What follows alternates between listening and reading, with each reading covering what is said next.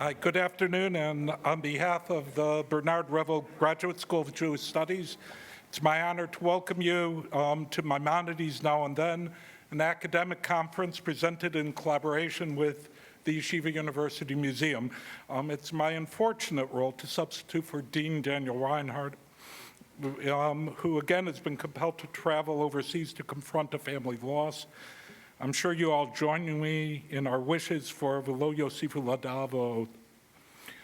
In Ish Halacha, the Rav revealed experiences from his childhood imagination. Of the Rambam sitting in the room with his father, arguing, presenting, and defending himself against the thrust and parries of the Ravid. And many of us were aware that the Rav, in sheer and with much intentionality, referred to the Rambam and others in the present tense. The Rambam asserts, the Rambam argues. And this, of course, was a deliberate pedagogical device to remove the Rambam from the past and to place him in the current discourse, the dynamic, vibrant, and pertinent part of the discussion. And while the Rav lived principally in the Ohl Shel Torah, today's conference carries this very theme into the worlds of philosophy, history, and culture. With today's 6 presentations and keynote, we will hear from world-class scholars, including some of our youngest and most dynamic and promising ones, whose presentations remove Maimonides from the stultification of static historical figure into our current intellectual discussion as continually, in a singular world, relevant. The theme of continuing relevance will be overt today, particularly in Dr. Sklar's 8th century historical overview and Dr. Perilous' observation on how Maimonides' self-identification develops into communal definition. And Dr. Weiss's a product of the same small community in Southfield, Michigan as me, and her analysis of the enduring philosophical impact arising from Maimonides' groundbreaking reading of text guided by rationalism and plain meaning. Dr. Rosenzweig, whose magisterial dissertation on the Ramban, whose creativity jumps out of each paragraph, will speak to a different type of creativity of Maimonides, which is expressed in linguistic nuance and structure, and his revolutionary abandonment of the Mishnah structure is inadequate to capture his full agenda and objectives. Dr. Billett will be presenting on Maimonides' role in Hermann Cohen's virtues. Dr. Fine will illuminate how a drawing of the menorah, which there are 2 examples, one from Perish HaMishnayos and one from Hilchos Klei HaMikdash in the model, in the museum, captured the imagination of future generations in spite of archaeological evidence to the contrary. These presentations, with their heavy bias towards the theme of relevance, will lighten the load of our keynote speaker, Dr. James Diamond, in his presentation, Illuminating Maimonides, Why He Matters.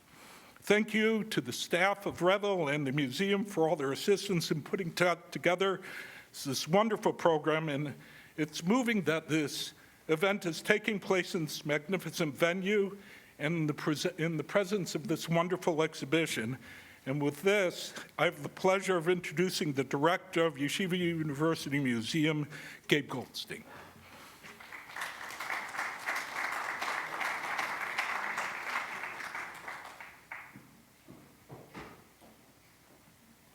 Good afternoon, and thank you for that introduction. And thank you to all of you for joining us this afternoon. On behalf of Yeshiva University Museum, I express our gratitude to be working together in partnership with the Bernard Revel Graduate School, to working within the university and beyond in this academic and public conversation. At Yeshiva University Museum, we are very privileged and excited to be presenting our exhibition, The Golden Path, to be examining Maimonides' life and his influence across the centuries through books, manuscripts, and materiality, drawing on the treasures of the Hartman family collection and astounding material we brought in from international collections, from Jerusalem, from Oxford, from London, from Copenhagen, and beyond. I hope all of you have had a chance to see it and will continue to come again and tell your friends. Maimonides is clearly influential in ways beyond almost any other scholar and individual in history, and this exhibition and this gathering really tell that story. Before we start this afternoon's proceedings, it is my honor and also with a note of sadness for me to introduce Professor Dr. Ronnie Perellis, who will dedicate our afternoon in the memory of Professor Daniel Tzaddik.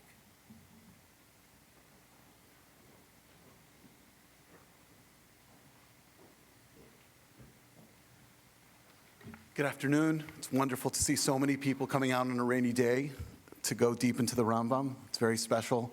And thank you to the YU Museum and your leadership for putting this together. I'm sorry to start with a sad note. Professor Daniel Tzaddik was a friend of mine, was a colleague of mine. He welcomed me when I came to YU many years ago. He was already here for several years. And he was a tremendous support to me as a scholar, as a fellow teacher. And his death came very, very hard. And I just want to just say a few words in his honor.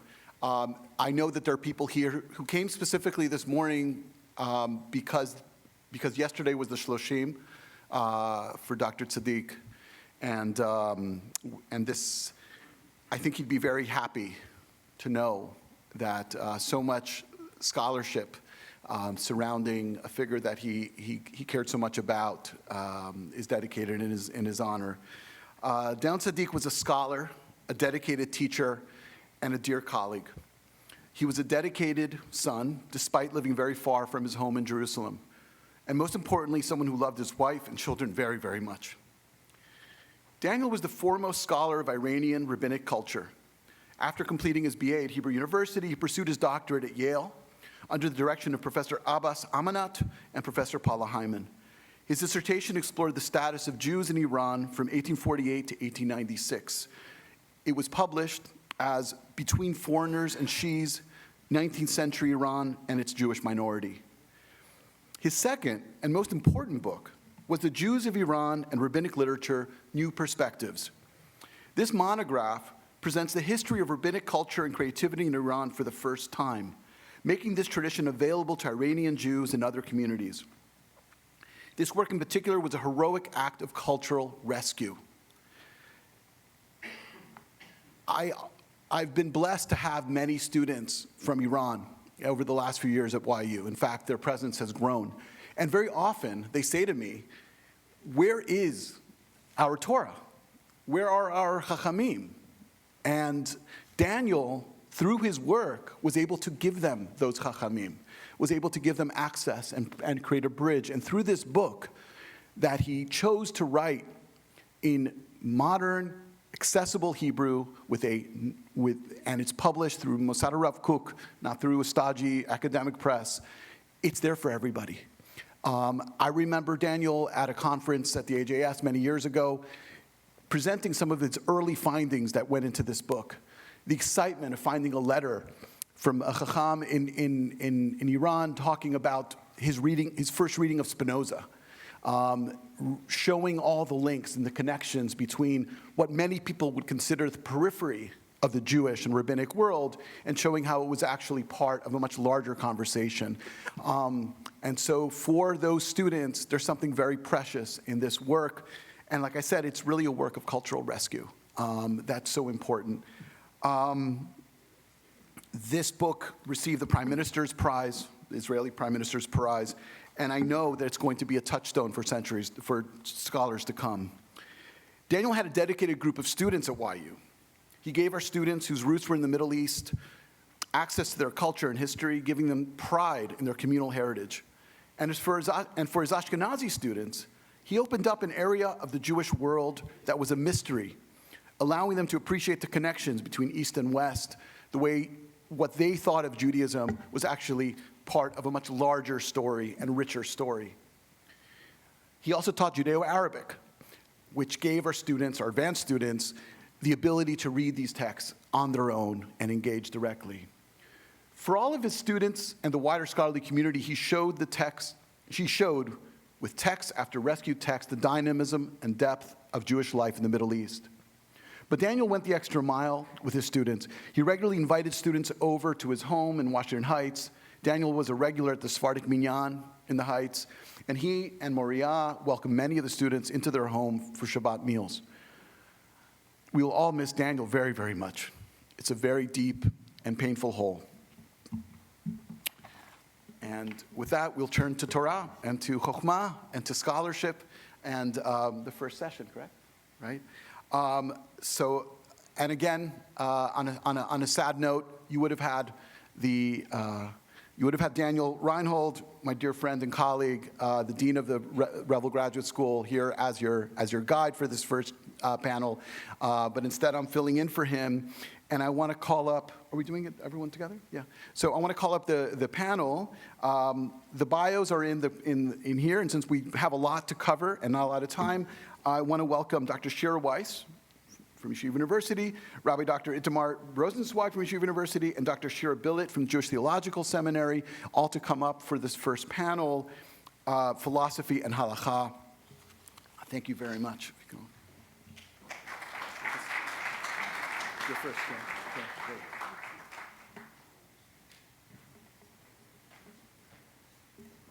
Okay. Thank you.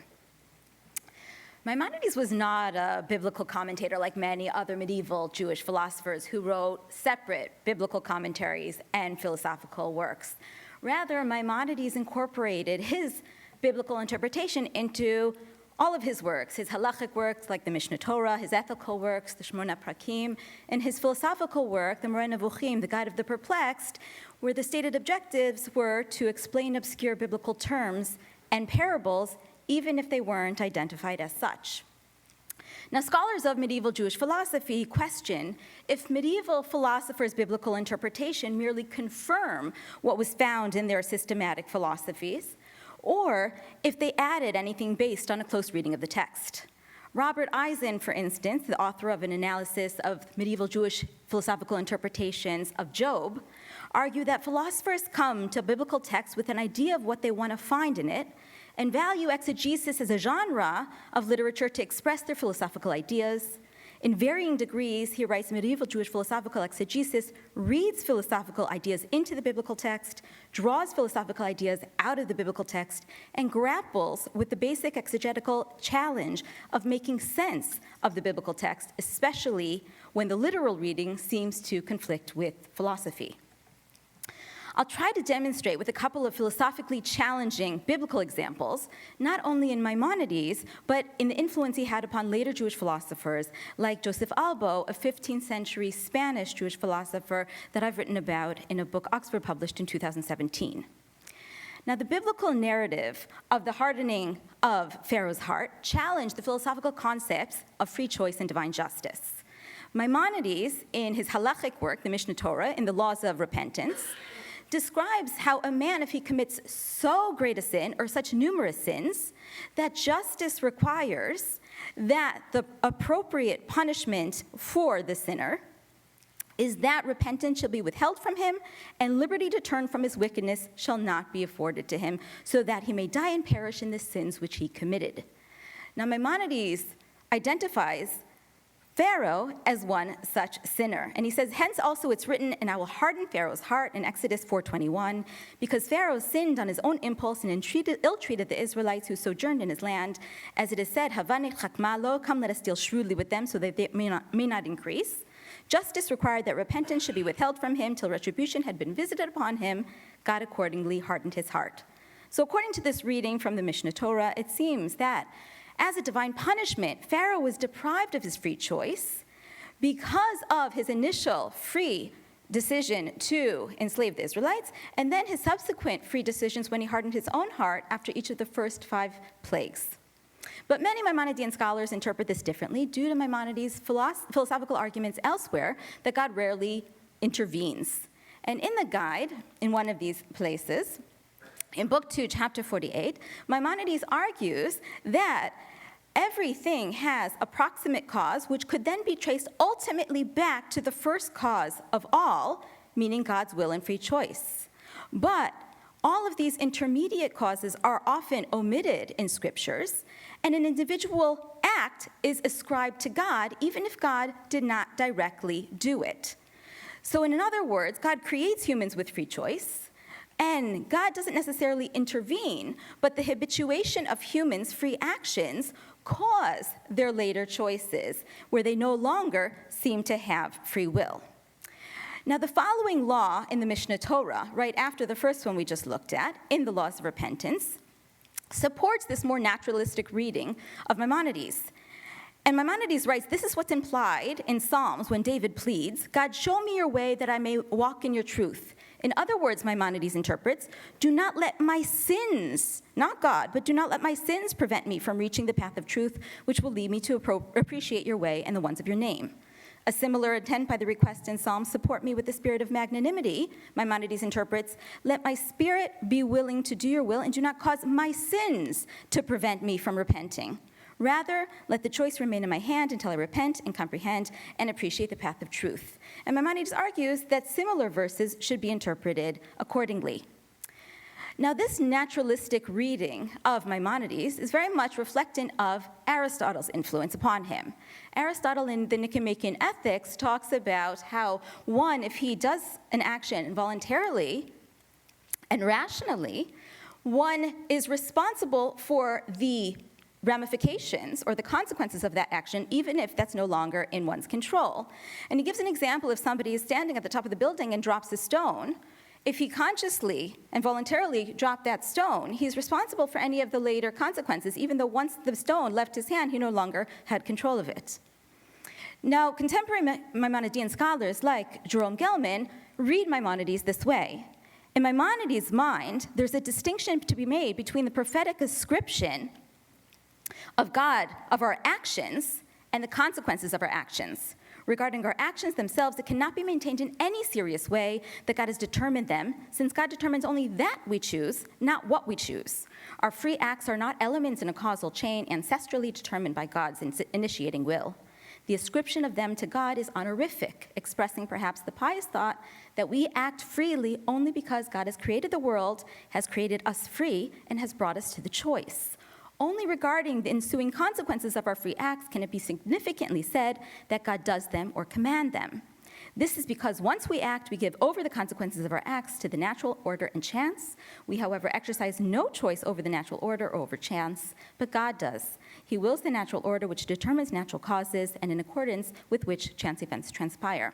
So according to this reading, Pharaoh was not deprived of his free choice by God's direct intervention, but rather his habituated choices of enslaving the Israelites at the beginning and then refusing to free them after each of the first 5 plagues caused his later refusals to liberate them in the latter half of the narrative. So when it says that God hardened Pharaoh's hearts, it really just means that that was the point in the narrative where Pharaoh's habituated actions became irreversible. He couldn't go back from that point to choosing to liberate the Israelites or to repent. Now, Joseph Albo is an eclectic philosopher reflecting various influences, and he's profoundly influenced by Maimonides in 2 main ways. Number one, his entire enterprise in the Book of Principles was to delineate Jewish dogma, very much building upon the enumeration of Maimonides' 13 principles of faith in his commentary in the Mishnah. But Albo wanted to demonstrate the authenticity of Judaism and of Jewish dogma in the context of universal divine law. And he also wanted to do it in a philosophical work, as opposed to Maimonides' commentary in the Mishnah, halachic work. But Alba is also very much influenced by Maimonides in his integration of biblical homilies, like dealing with these types of philosophically challenging narratives, into his philosophical work to support his philosophy, like Maimonides did in The Guide of the Perplexed. But again, Alba deviates in his own unique ways to advance his own philosophical insights, as I argue in my book, which focuses on free choice as a conceptual scheme. Now, like Maimonides, Albo discusses the hardening of Pharaoh's heart in a discussion in the Sefer Karim on repentance. And there he talks about 2 different types of repentance: repentance out of love, which is ideal, and repentance out of fear. He says repentance out of fear still constitutes repentance. However, he subdivides repentance out of fear of punishment. And that, he says, does not constitute true repentance, because repentance requires free choice. And when you're just repenting out of fear of punishment, you're being coerced by that punishment, and therefore that's not free. And so Albo identifies Maimonides as a penitent out of fear of punishment, thus not doing true repentance. And he writes about this here in the Sefer Karim, the Book of Principles, in the 4th treatise. He says, the wicked individual, when misfortune comes upon him, pretends to become pious and returns to God from the fear of punishment which is upon him. As Pharaoh said in Exodus 9, I've sinned this time, the Lord is righteous. Now, since this act is like one that is forced and not free, God hardens his heart by suggesting to him other causes to which he can attribute the misfortune. Accident, for example, rather than providence. This is done to remove from his heart the softening effect which came from the misfortune, so that he may return to his natural state and act without compulsion. Then it may be discovered whether his repentance was free or not. Now, since when the yoke of the plagues were removed from Pharaoh, his choice was evil, God said, I hardened his heart. In other words, I removed from his heart the softening effect or the coercive effect of the plagues and restored him to the natural state of freedom, while he, owing to his own wicked attitude when in a state of freedom, sought various causes and excuses to which he might ascribe the plagues so that they might seem accidental. So Albo agrees with both readings of Maimonides that Pharaoh was morally responsible for refusing to liberate the Israelites and thereby maintains God's justice. But unlike Maimonides, the divine hardening doesn't deprive Pharaoh of his free choice, according to Albo, but rather preserves his ability to repent. Now, Maimonides' exposition of Job in the guide offers another example of a biblical reading that advances his philosophy, and one that I presented on at a conference on allegory at the Sorbonne, and that's going to be a forthcoming article in a French academic journal. Now, in the guide, book 3 of chapter 17, Maimonides enumerates different theories of divine providence. And then 5 chapters later in the guide, he gives his exposition of the book of Job using those theories. He begins his exposition by arguing that the story of Job, which is extraordinary and marvelous, is a parable intended to set forth the opinions of people concerning providence. Therefore, he is fulfilling his second objective of the guide to explain obscure parables.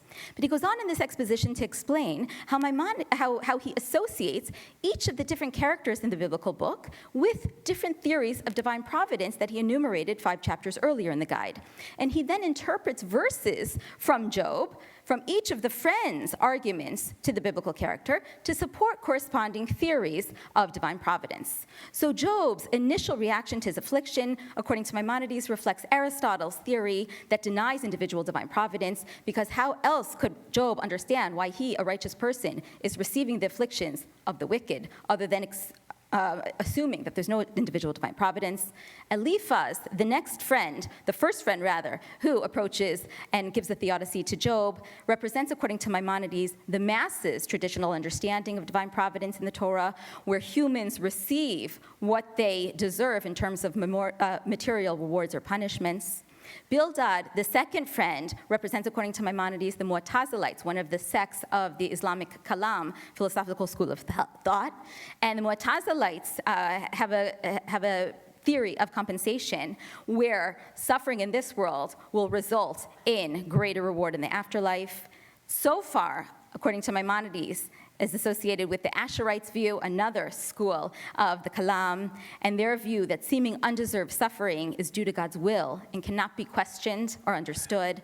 And then the fourth friend that comes in and rebukes the 3 earlier friends' theodicies and presents the correct position, of course, Maimonides associates with his own conception of divine providence, and that is that the amount of providence one receives is commensurate to one's intellectual development.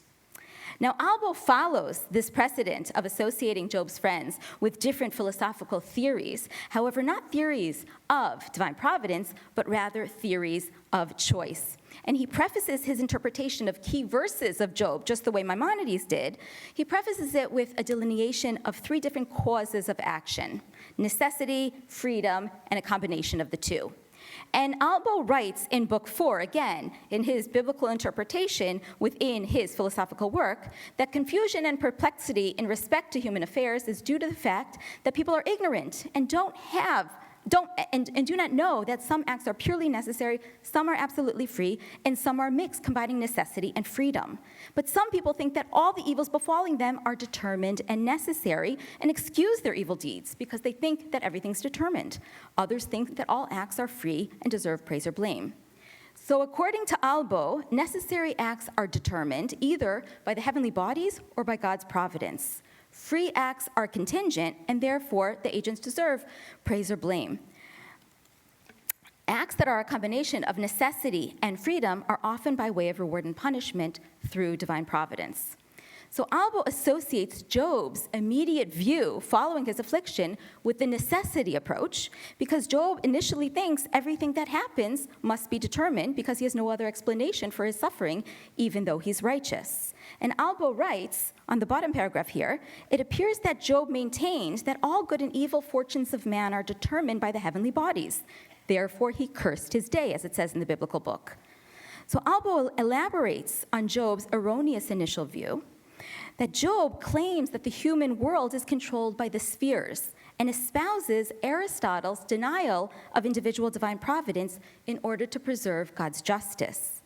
And though he's not explicit, Albo seems to be influenced by Maimonides, who similarly associates Job's reaction with Aristotle's theory and quotes the same supporting verse from Job. So Albo writes here, the difficulty led Job to think that God pays no attention to the individual man and that there's no difference between the good and the bad in the human race as there's none in the animal species. It's all one, Albo quotes Job. Therefore I say, he destroys the innocent and the wicked. The meaning is Job believed that evil may befall a truly righteous man, and in that, Job was right.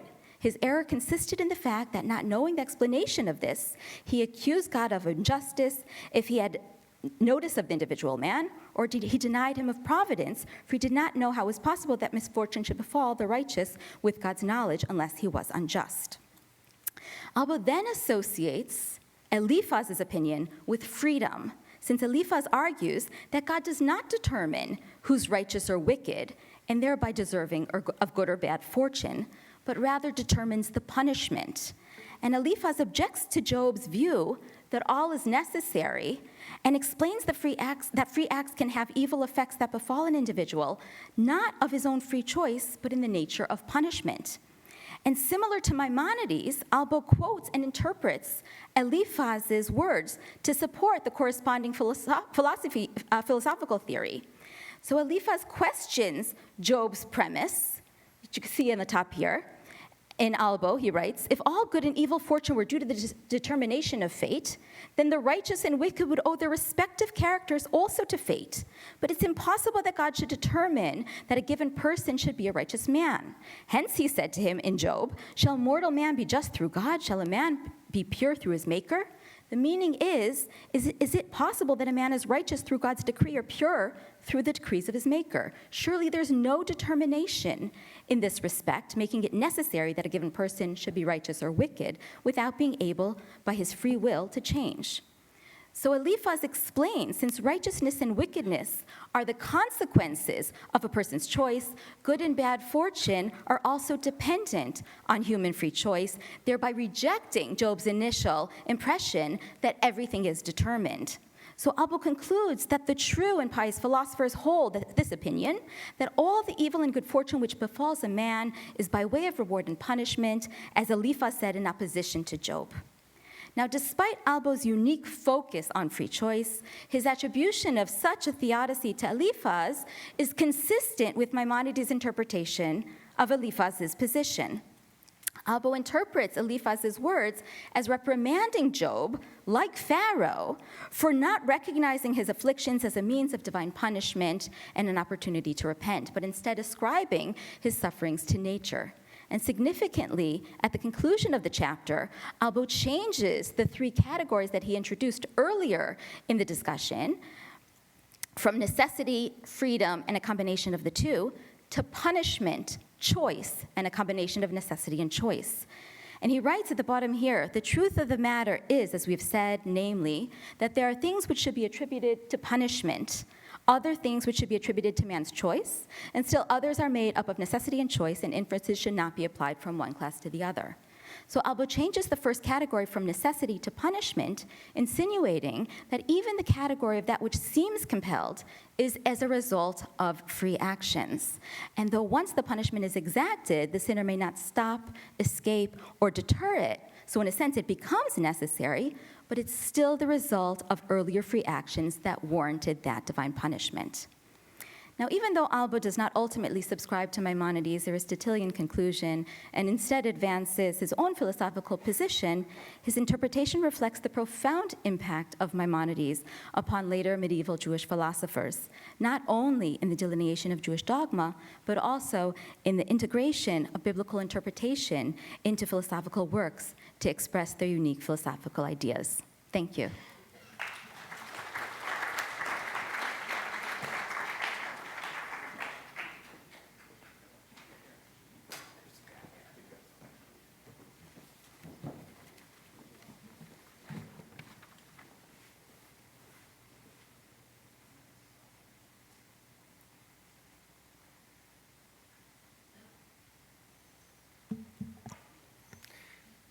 Good afternoon, everyone. It's great to be here and to share some thoughts on the Rambam, especially to be here in the presence of my mentor, Dr. David Berger. So it's a pleasure to get to present a few short words on the Rambam in your presence and to just express my hakaras hatov for the many years of cherished mentorship that I received from you. How should law be organized? Does law have a structure? I want to address these two questions in the context of the Rambam's magnum opus, his Mishnah Torah. And I want us to be sensitive to two aspects of this question of the law's structure.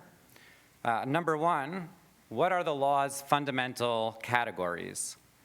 So we could think by analogy to physics, if the physical world is constituted by electrons, protons, neutrons, or quarks, we want to know what are the fundamental elements of the legal system of halacha. So what are its elemental categories? And number two, what is the architecture of halacha? What structure does it exhibit? And if we work with the same analogy, how do those different atoms combine to form the different elements of halacha that we have in our system of law? Now, when we talk about the structure of law, we could distinguish between addressing this question from two different perspectives. You could address it from the question of pedagogy and hermeneutics. What's the best way to teach law, or what's the best way to derive law? But you could also ask the question from a different perspective, which is its genuine metaphysical structure. So you might ask, at the pedagogical level, how should we teach physics? But that's different from the question of, like, how is the physical world actually constituted from the bottom up? And so when we ask about the structure of halacha, we could ask that question either from the perspective of pedagogy and hermeneutics, or from the question of its ultimate constitution metaphysically, like, as it actually is, what does it look like? Now, the Rambam was very aware and very self-conscious about his redrawing the structure of halacha, redrawing the map of halacha in Mishnah Torah. The name Mishnah Torah itself probably is best translated as something that lawyers would appreciate as like a restatement of the law. Maybe Dvarim itself is a paradigm, but there's the first restatement, there's the second restatement, and there's a third restatement. And that's not just because lawyers need to make more money, it's because the law has to be reformulated over time to be given better expression, more precise expression, as our knowledge of the law improves. Dr. Chaim Soloveitchik wrote in his collected essays in volume 2, quote, Maimonides' classification is one of the pinnacles of the halachic thought of the last millennium. So there's an acknowledgement that the Rambam did amazing things with his classification of the law. The Rambam himself was very aware of his bold restructuring. In a letter to Reb Pinchas Hadayan, he writes, Eini mehalech lo al seder ha-Talmud v'lo al seder ha-Mishnah.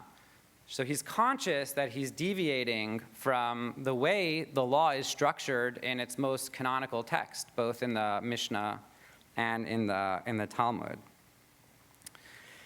In his introduction to Sefer HaMitzvos, the Rambam writes that he's restructuring the law k'fi shechayav ha'iyun, or k'fi shechayev ha'iyun, as analysis requires.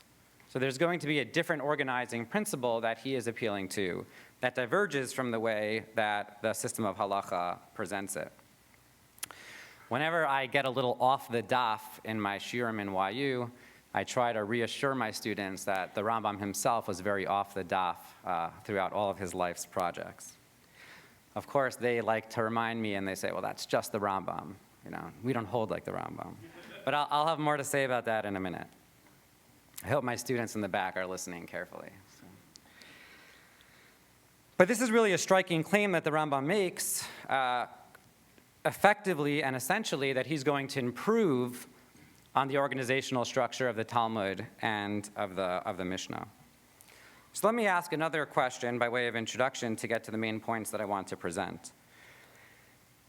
Not just how should law be organized, but how can law be organized? What are the different possibilities? What are the different ways that law can be organized? And we're familiar with the smorgasbord of possibilities. So for example, law could be organized as it is in the Chumash, somewhat chronologically, as the laws were legislated and given and commanded to the Jewish people over time. You could start with the law to make a calendar and then proceed through as the various injunctions and prescriptions were issued. Another possibility is to adopt the classificational scheme of the Shulchan Aruch and Orach Chaim, which is just to think about a person's routine in the day and start off with the rules of waking up in the morning and which shoe you should put on first, and then the way you should walk to shul in the morning, and carry on as the day progresses and continue through the calendar year. So as the holidays come through the calendric cycle, you could organize law as they will encounter somebody who is obeying the law in their daily routine. Another somewhat idiosyncratic possibility is that adopted by the Sefer Mitzvos Katan, one of the late French Balei Tosfos, which is to organize law based off which part of the body is performing the law, whether it's the mouth or the body, which limb, or whether it's one's possessions that are performing the prescription. Or, like the Encyclopedia Talmudis, you could follow the Aleph Beis, which is just another way of artificially organizing the system. The Talmud and the Mishnah express some generic structure, but the groupings could hardly be said to be deeply analytical or conceptual. Sometimes the Mishnah organizes laws simply that they exhibit the form of ein bein X and Y. Ein bein Shabbos L'Yom Tov, and then a list of other ein beins. Or, for example, like the Mishnayos and Menachos, about what is ma'akev what. If X is necessary for the performance of Y, then you could have a string of commandments that bear no essential relationship, but they have this logical connection in that their connectiveness to each other exhibits a similar form. I think the Rambam rejects all of these possibilities, and when he says that he's organizing law k'fi shechayev ha'iyun, as analysis requires, he's trying to uncover what he takes to be the true form of the system of law, the system of law as it actually exists. If you could peer into its Platonic forms, how would the law itself be constituted and ordered, like our periodic table of elements? So let me now turn to three areas where we could appreciate what the Rambam contributed to our understanding of law simply by giving its organization, its classification, this type of proper expression. The first area I want to highlight is the discovery of the law's ultimate categories. So this kind of atomic, elemental structure of the law. Like, what are the quarks? What are the protons and neutrons that are at this foundation of the system? So the Rambam invents categories that don't exist in the Talmud. So I'll give two types of examples. Some examples from the names of his books, of the 14 books of Mishnah Torah, and other examples from the names of the halachos that comprise those books. Here's an example from the names of the books. The very first is Sefer Hamada, the Book of Knowledge. the knowledge that every Jew is supposed to have as a requisite for performing the rest of the system. That has no analog in the Talmud Bavli or in the Mishnayos. There's no groupings of stuff you have to know to be a good Jew.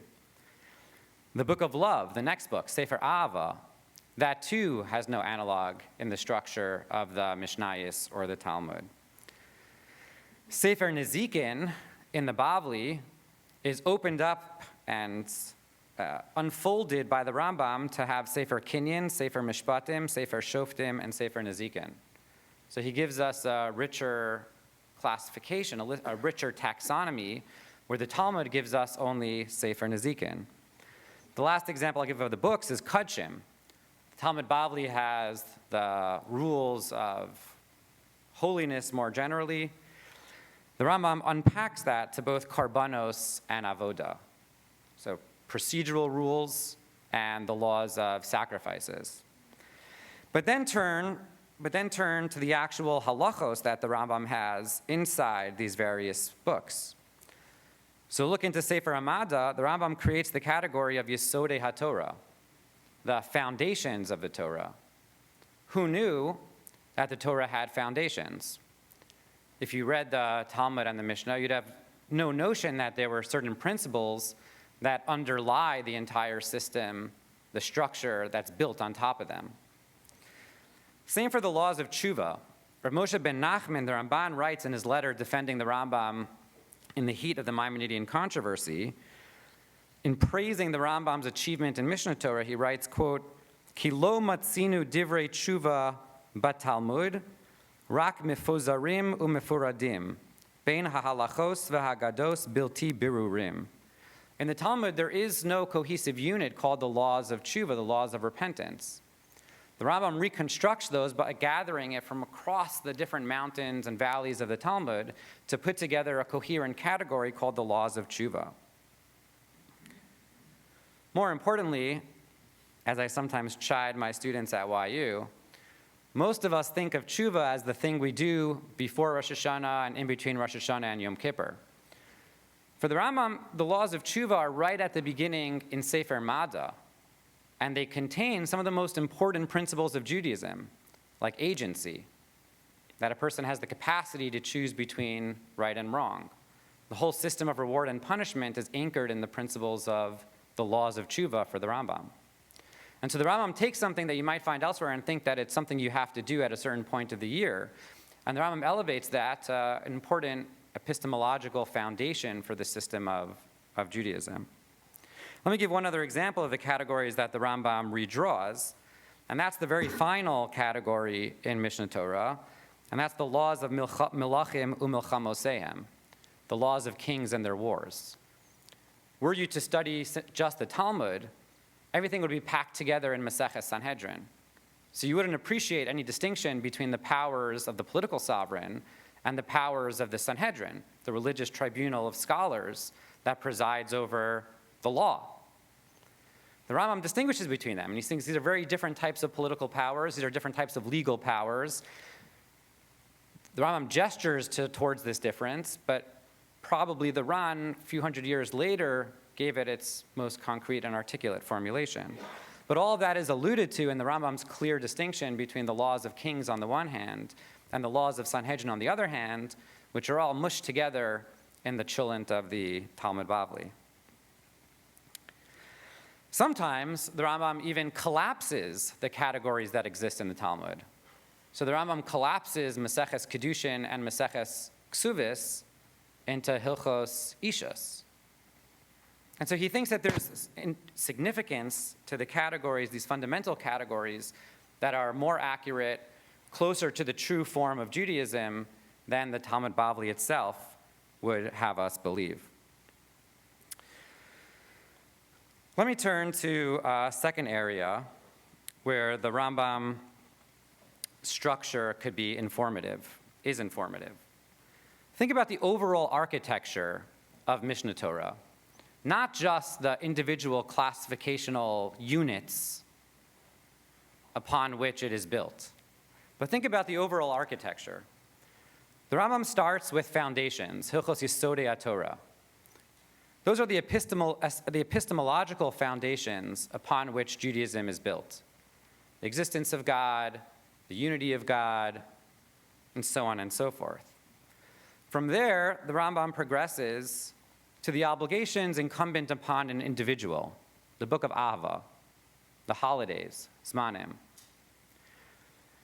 Having completed his analysis of the individual and the foundations of an individual's life and beliefs, he moves towards the family unit. You then get the book of Nashim, which is about marriage. Then you get Kedusha, which is about how do you keep the organizational unit of the family distinct from other families. So you progress from the individual into this notion of a family unit. From there, the Rambam moves to the laws that pertain to a community, different family units all living together to constitute a community, and the institutions of communities, such as the Beis HaMikdash, Avoda, Karbanos, the agricultural laws that a shared society has, and then, of course, the civil laws that people have to obey if they're going to share a community with each other. And then after that, after talking about the individual, the family, and community, the final act of Mishnah Torah, its climax or its denouement, is the laws of Melachim u'Milchamoseim, which the Rambam concludes with the eschatological vision of the Messianic age, with the fundamental principles of Judaism, Jewish wisdom, being spread beyond Jewish civilization, but across the globe. The final words of the Rambam Mishnah Torah are about Mala kol ha'aretz deya es Hashem kemayim liyam mechasim, where the knowledge of Judaism is spread. So the structure of Mishnah Torah not only starts with the individual to the family, to the community, to the political teleology writ large, but it starts with its epistemological foundations, and it concludes with its political telos, like the goal of Judaism itself. And all that is quietly built into the structure of Mishnah Torah. Let me make one final observation about the Rambam's structure, and that is the relationship between law and the principles that underlie the law. Some legal philosophers distinguish between principles and rules. So here's an example. A principle, a moral principle, would be to always drive safely. Don't put somebody else in danger. The task of law is to distill that into legal prescriptions, clear-cut obligations. So don't drive over this speed limit, don't swerve over the boundary between the two different lanes in the road. In Mishnah Torah, we see the Rambam trying to give legal characterization, legal formulation at the level of rules to principles that are much more foundational, much more fundamental than the rules themselves. Let me give one example. The third mitzvah that the Rambam codifies is a major principle of Judaism. It's the mitzvah of loving God. V'ahavta es Hashem Elokecha. Where does that appear in the Rambam's treatment? Where does that mitzvah get codified? So there's a book of love, there's a Sefer Ava, and you would think that's a very natural place to codify the obligation to love God, but it's not there. In Sefer Ava, the Rambam explains that all of those prescriptions that are found there, Kriyat Shema, prayer, wearing tefillin, tzitzis, those are all there to help someone facilitate their love of God by contemplating Him frequently and constantly. But the actual obligation, V'ahavta es Hashem Elokecha, appears in Yesodei HaTorah, in Sefer Mada, which is a different book, where the Rambam says it's to gain proper knowledge of God by studying physics and metaphysics and the law and the Torah itself. So there's this principle to love God. As it gets distilled into law, it's actually separated in part in the book of Ava and in part in the book of Mada, reflecting two different legal prescriptions. And in fact, there's a third place where that principle gets distilled into law. Somebody know? The very end of Hilchos Tshuva, where it talks about the type of motivation that a person should have when they go about their performance of religious duty. What should your incentive be? What should your motivate? What's your reason for acting? And so what you see in the structure of Mishnah Torah is that although we have a system of law, different aspects of the law actually manifest one single principle, foundational element of Judaism. And so there's this difficulty about the sense in which law could capture the underlying principles of Judaism, and to the extent that it does, it has to diffuse them across different normative prescriptions in the legal system. I want to conclude simply by reflecting on the importance of appreciating the Rambam's classificational structure. In my presentation, I highlighted 3 different aspects of the Rambam's classificational scheme. Number 1 is the search for the ultimate fundamental categories of Jewish law. What are the categories? What are the atoms? Number 2 is the overall architecture. How do these different pieces come together to form a coherent whole? And there we start with the foundations, the Yesod Torah of the individual. You move to the family, you move to the community, and you move to the political teleology of spreading the teachings of Judaism across civilization. The third was how the structure of law is utilized to reflect the underlying principles of the law. As I said, my students like to remind me that sometimes that's just the Rambam. And the world may not always accept the Rambam's teachings, as my students like to say. I sometimes think that the world we live in is not sufficiently the world of the Rambam. And I think we would do well to heed the Rambam's guidance, the Rambam's precedent on these 3 important issues. Many of us are content to believe that, I guess like they believed before Einstein, that Newton had fully discovered the laws of physics, and they were settled for all time and eternity.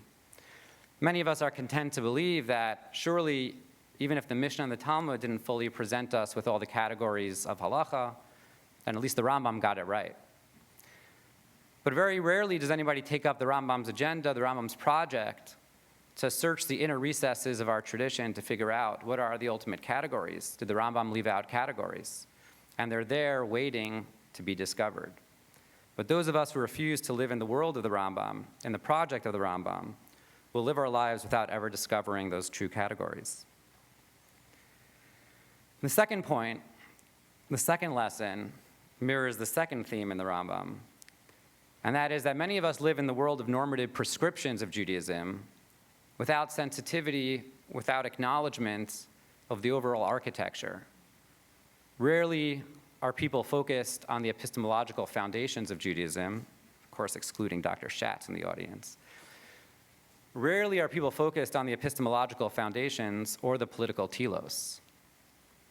Most people live their lives simply with what's in between.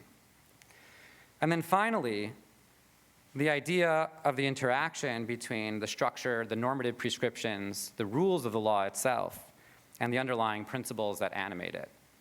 Sure, of course, we are all intoxicated by the mitzvos, the dinim that we study and live and breathe every day. But surely the Rambam reminds us here that we should be acutely aware of how those normative prescriptions and rules actually manifest and continue to express the underlying divine principles that animate them. Thank you.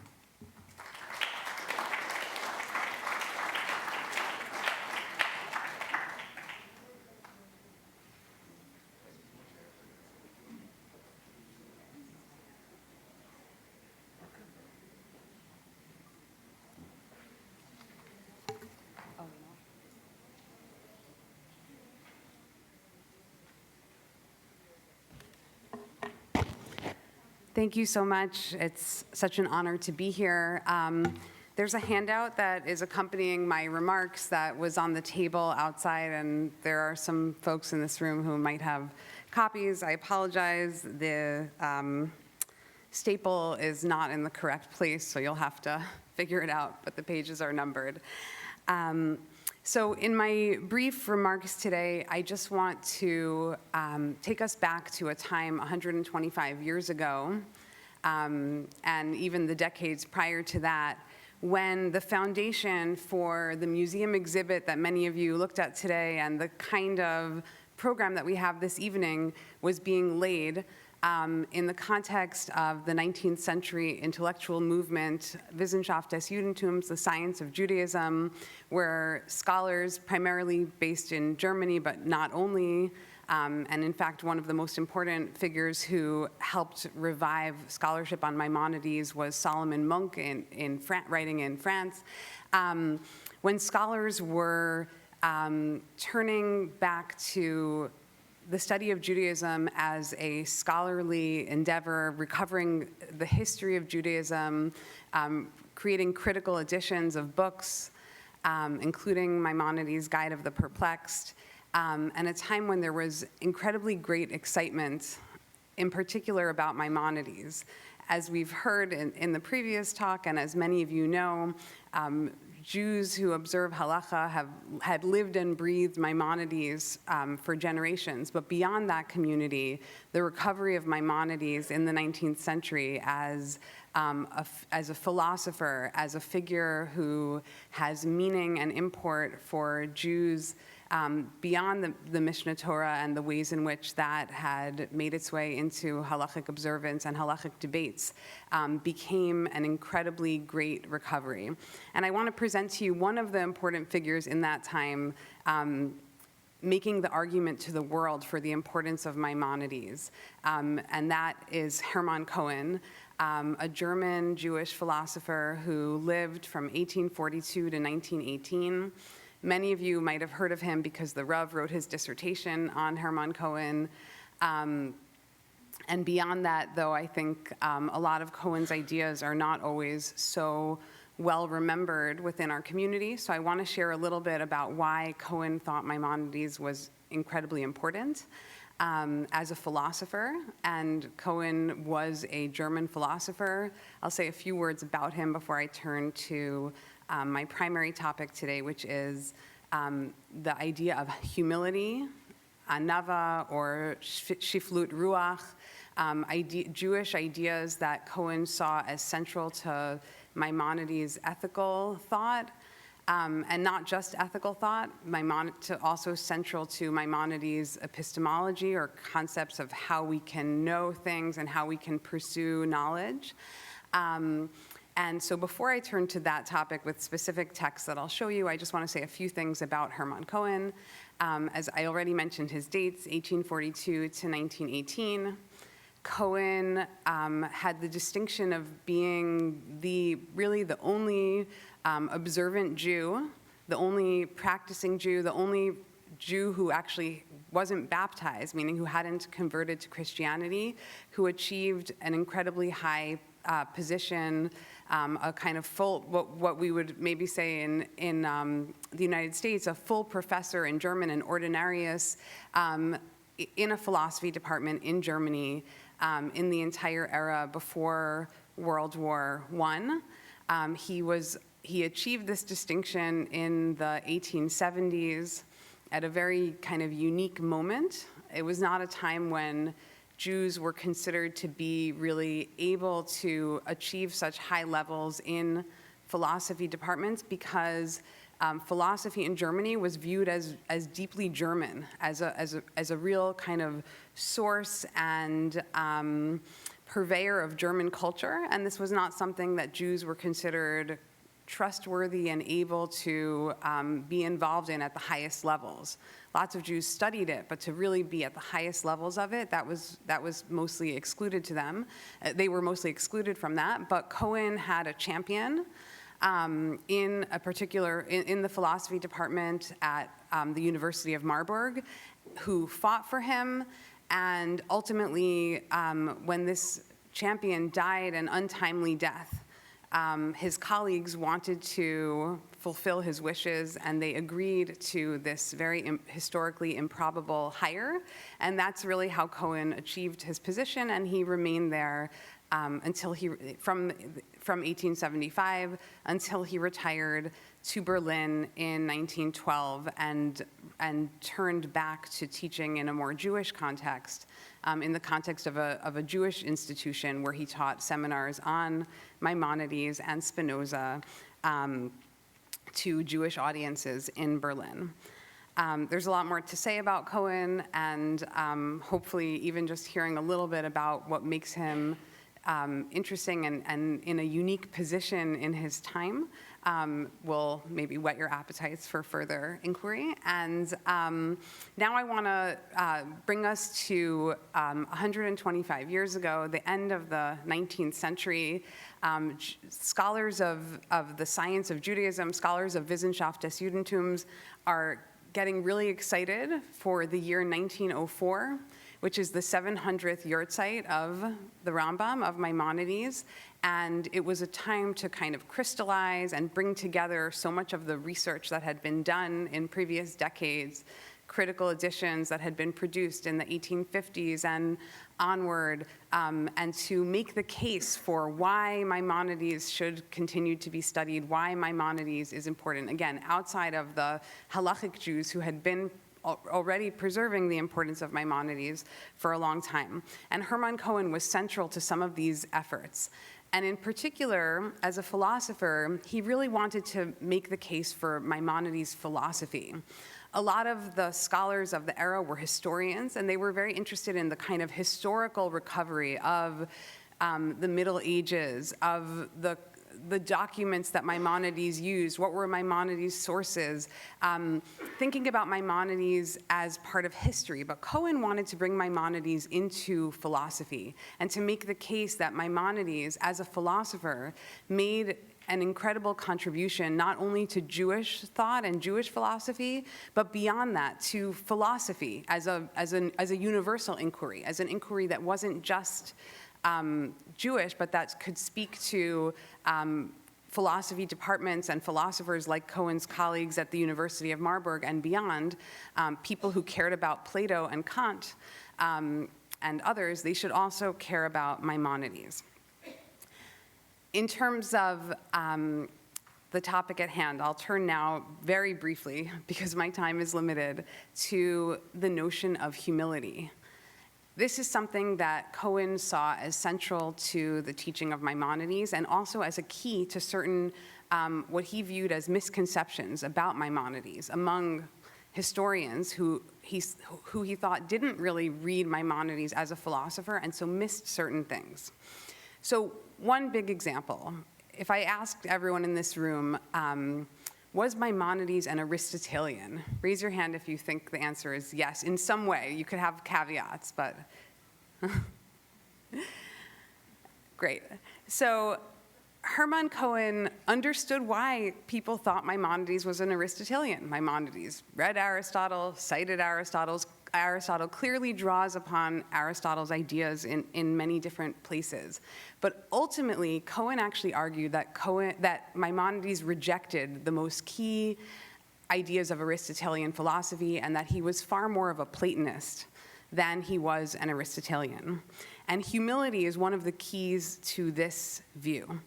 In this packet, I have a bunch of sources for you that you can look at more on your own time.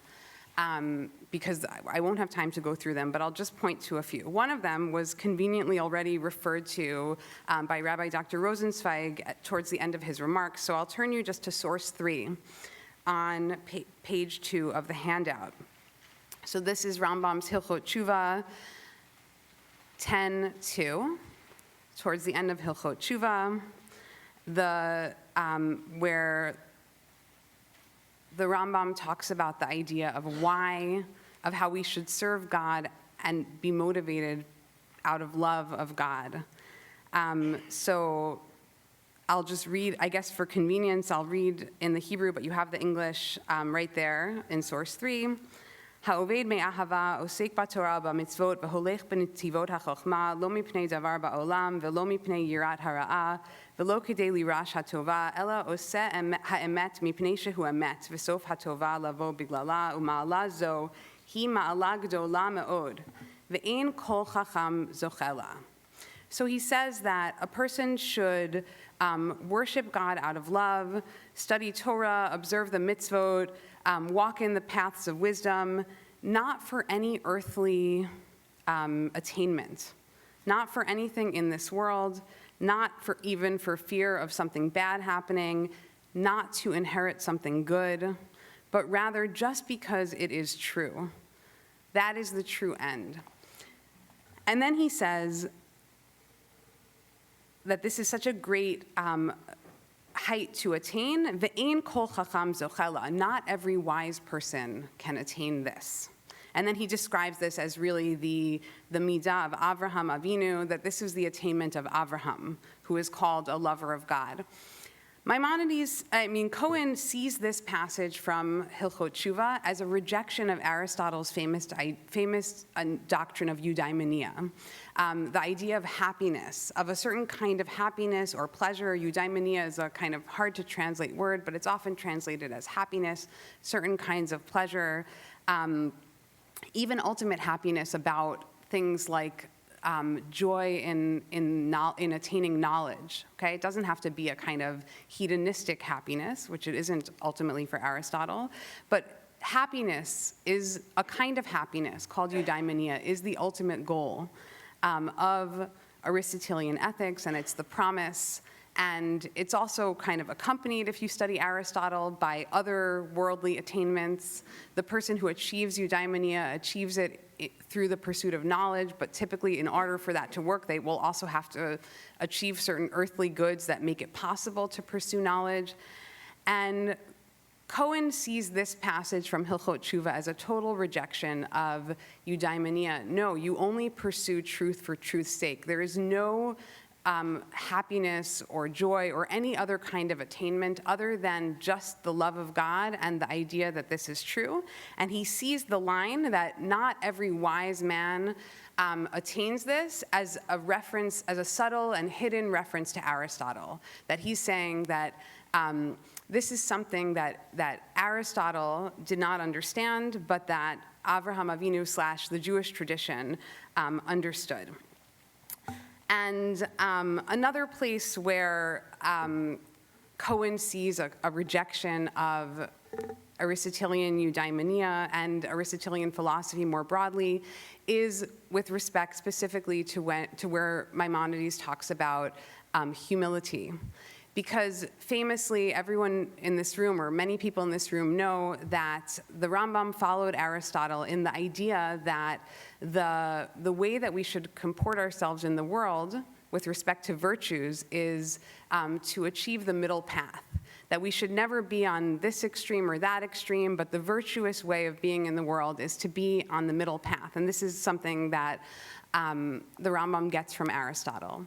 And however, in Hilchot Deot 1, 4, and 5, and also in the Rambam's commentary on Mishnah Avot 4:4, and also in Shmona Prakim, 8 chapters, the preface to the commentary on Avot in the Perush HaMishnah, in the commentary on the Mishnah, the Rambam advocates for this middle path approach, this mean between the extremes as the virtuous way.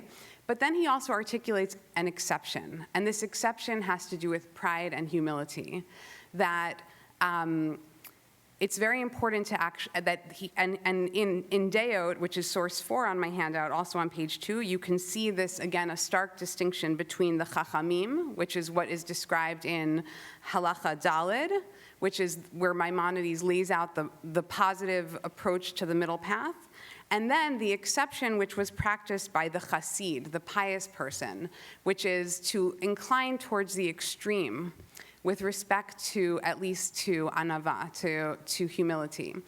And here again, we have the chacham versus the chassid. We have the middle path is the correct way, and it is the way of the philosophers. But then there's something that Cohen sees, and I know it's debated among people who study the Rambam, which one the Rambam really preferred, and is there a contradiction between Dalet and Hay in Hilchot Deot, Perek Aleph, but I'll leave all of that to you all to think further and read further about. But for Cohen, at least, this was an example of Maimonides really ultimately rejecting the way of the philosophers in favor of this extreme approach towards humility.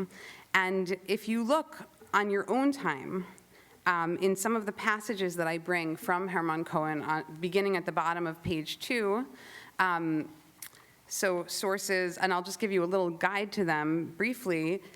Source 5 and 6 bring you quotations from a work that Cohen wrote as part of the project of the commemoration of the 700th Yahrzeit of the Rambam in 1904.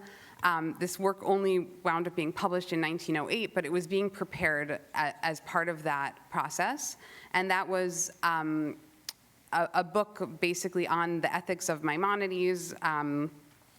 Characteristics of Maimonidean Ethics is the German title, and it's been translated into English as well. And in this book, Cohen highlights in several places the idea of radical humility as a central Maimonidean doctrine and as Maimonides, as part of Maimonides' critique of Aristotle's eudaimonia.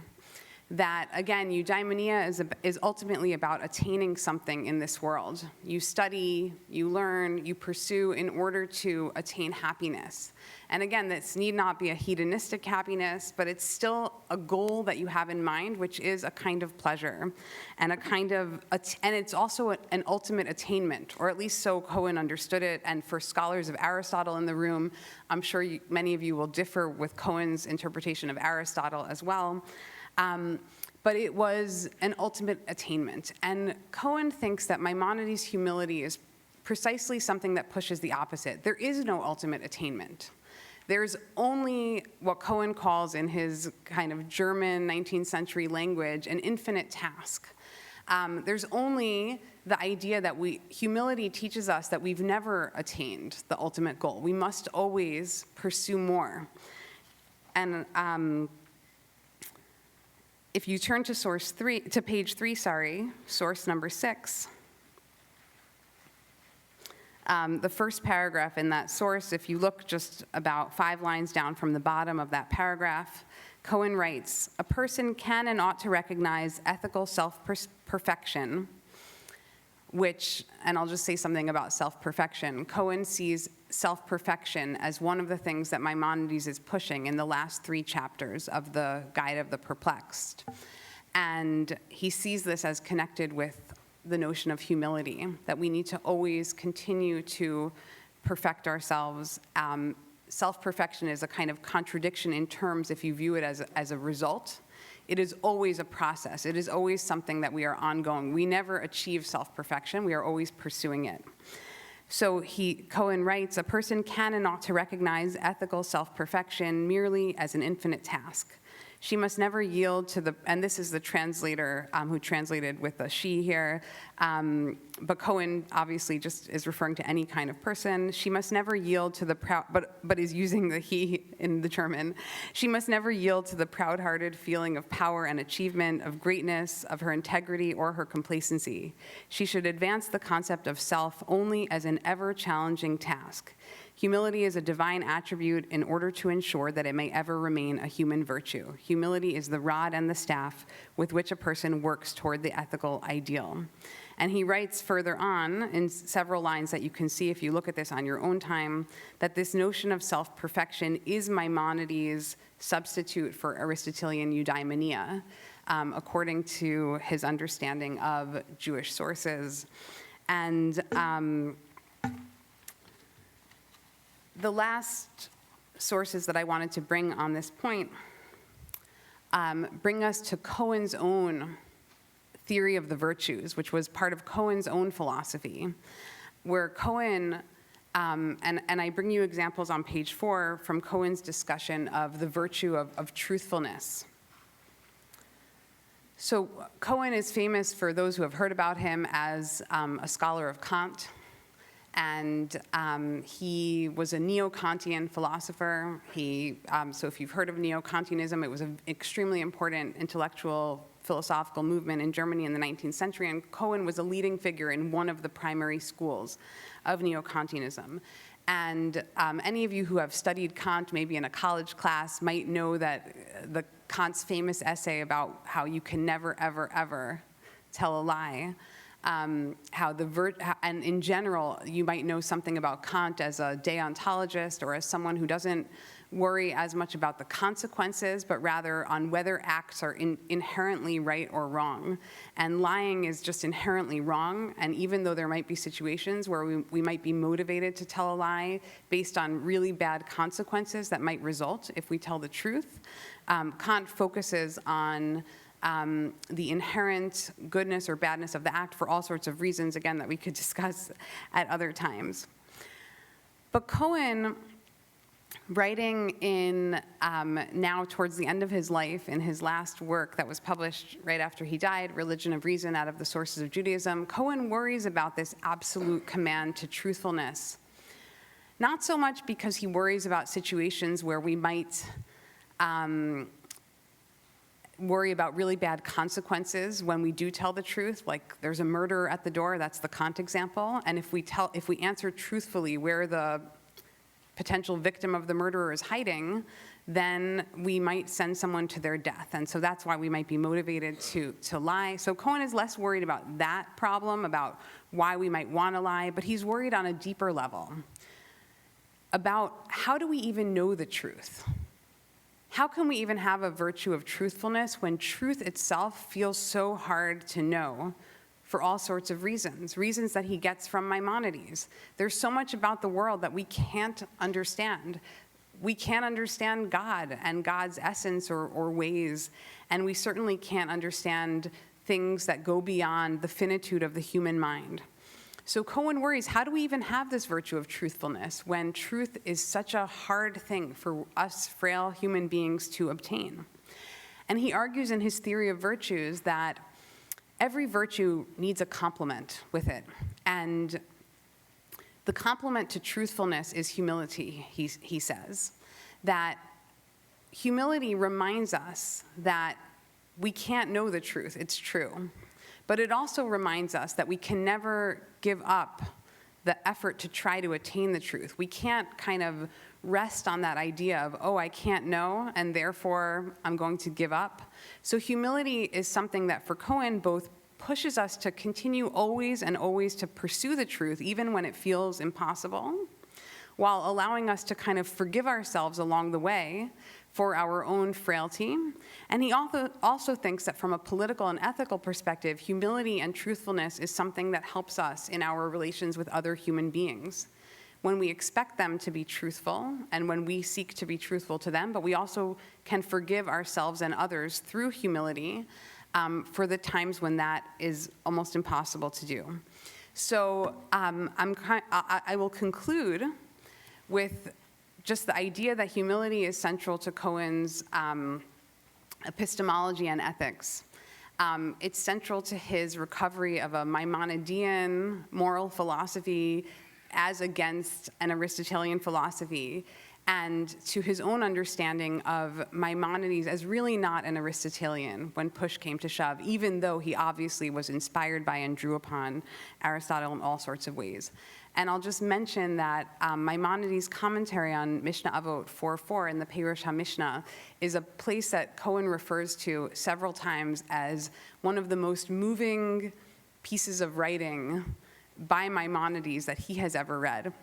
So if you're interested in that, I have some excerpts from the English translation of that here on the handout, but I refer you to the Perush HaMishnah 4.4, Avot 4.4, to see what Cohen found to be so moving about Maimonides' discussion of humility. Thank you.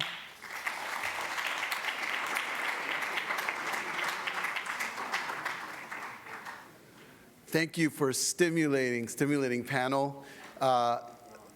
We have time for questions. No, not this time. We will have questions in the next panel. Thank you very much, everybody, and thank you to our panelists. Wonderful. Thank you. Okay. Thank you very much. We're going to consolidate question and answer after the following panel. There will be a brief break. We will have mincha outside. There also are snacks. But we want to be back here in approximately 10 minutes because, as you see, we're already off schedule. Thank you.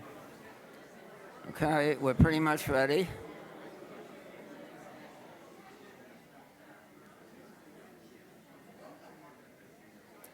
Okay. So we are observing the injunction of V'halachta b'drachav imitati yodei. It is said that a German Jewish businessman kept his business open on Shabbos, and the rabbi tried to persuade him to close it. And he said he would go bankrupt if he did. But after many efforts by the rabbi, he relented. He closed his business on Shabbos, lost a tremendous amount of money, went to the rabbi to complain, who told him that he should have patience, God would make it up to him. And in the 8th week or so, he made a killing and became a multi-millionaire. So he came to the rabbi and he said, Gott ist ordentlich, or ehrlich, God has integrity, aber ist nicht pünktlich. He is not punctual.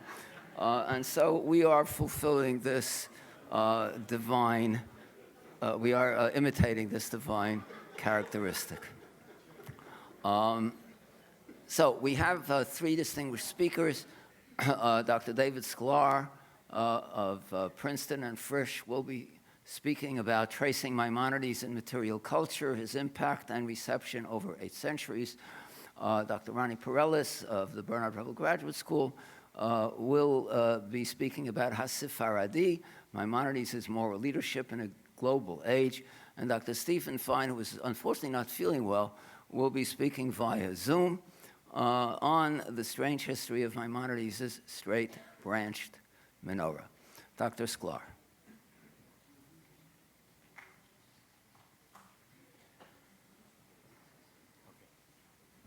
Good afternoon. There are many people to thank, so I'll just very quickly just mention a few people and also give some sort of remark as to what the intention ultimately that what I'm going to try to accomplish with this particular talk. Firstly, just want to thank Gabe Goldstein and Alana Benson and the YU Museum, and also Daniel Reinhold, who unfortunately is not here with us. But having said that, I feel like I would be remiss to not thank him in addition for the title of this mini-conference.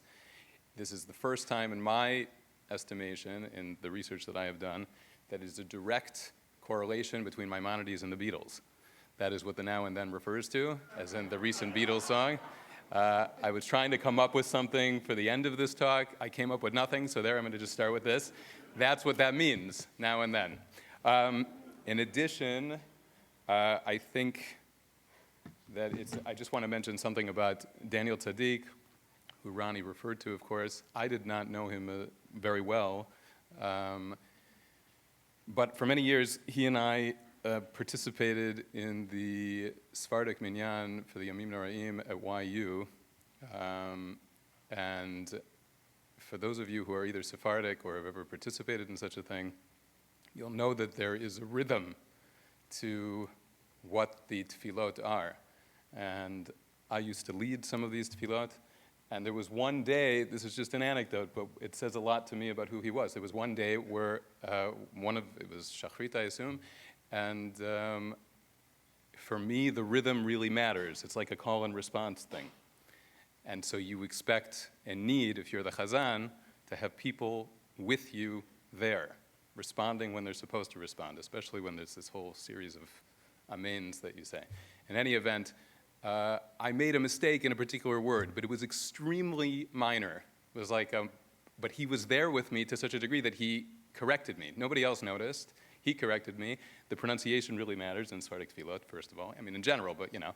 And it said a lot to me as to who he was, because he was very quiet as far as I could see, but there was a soul that was ever present and very strong. So, okay. have to make sure I get this right here.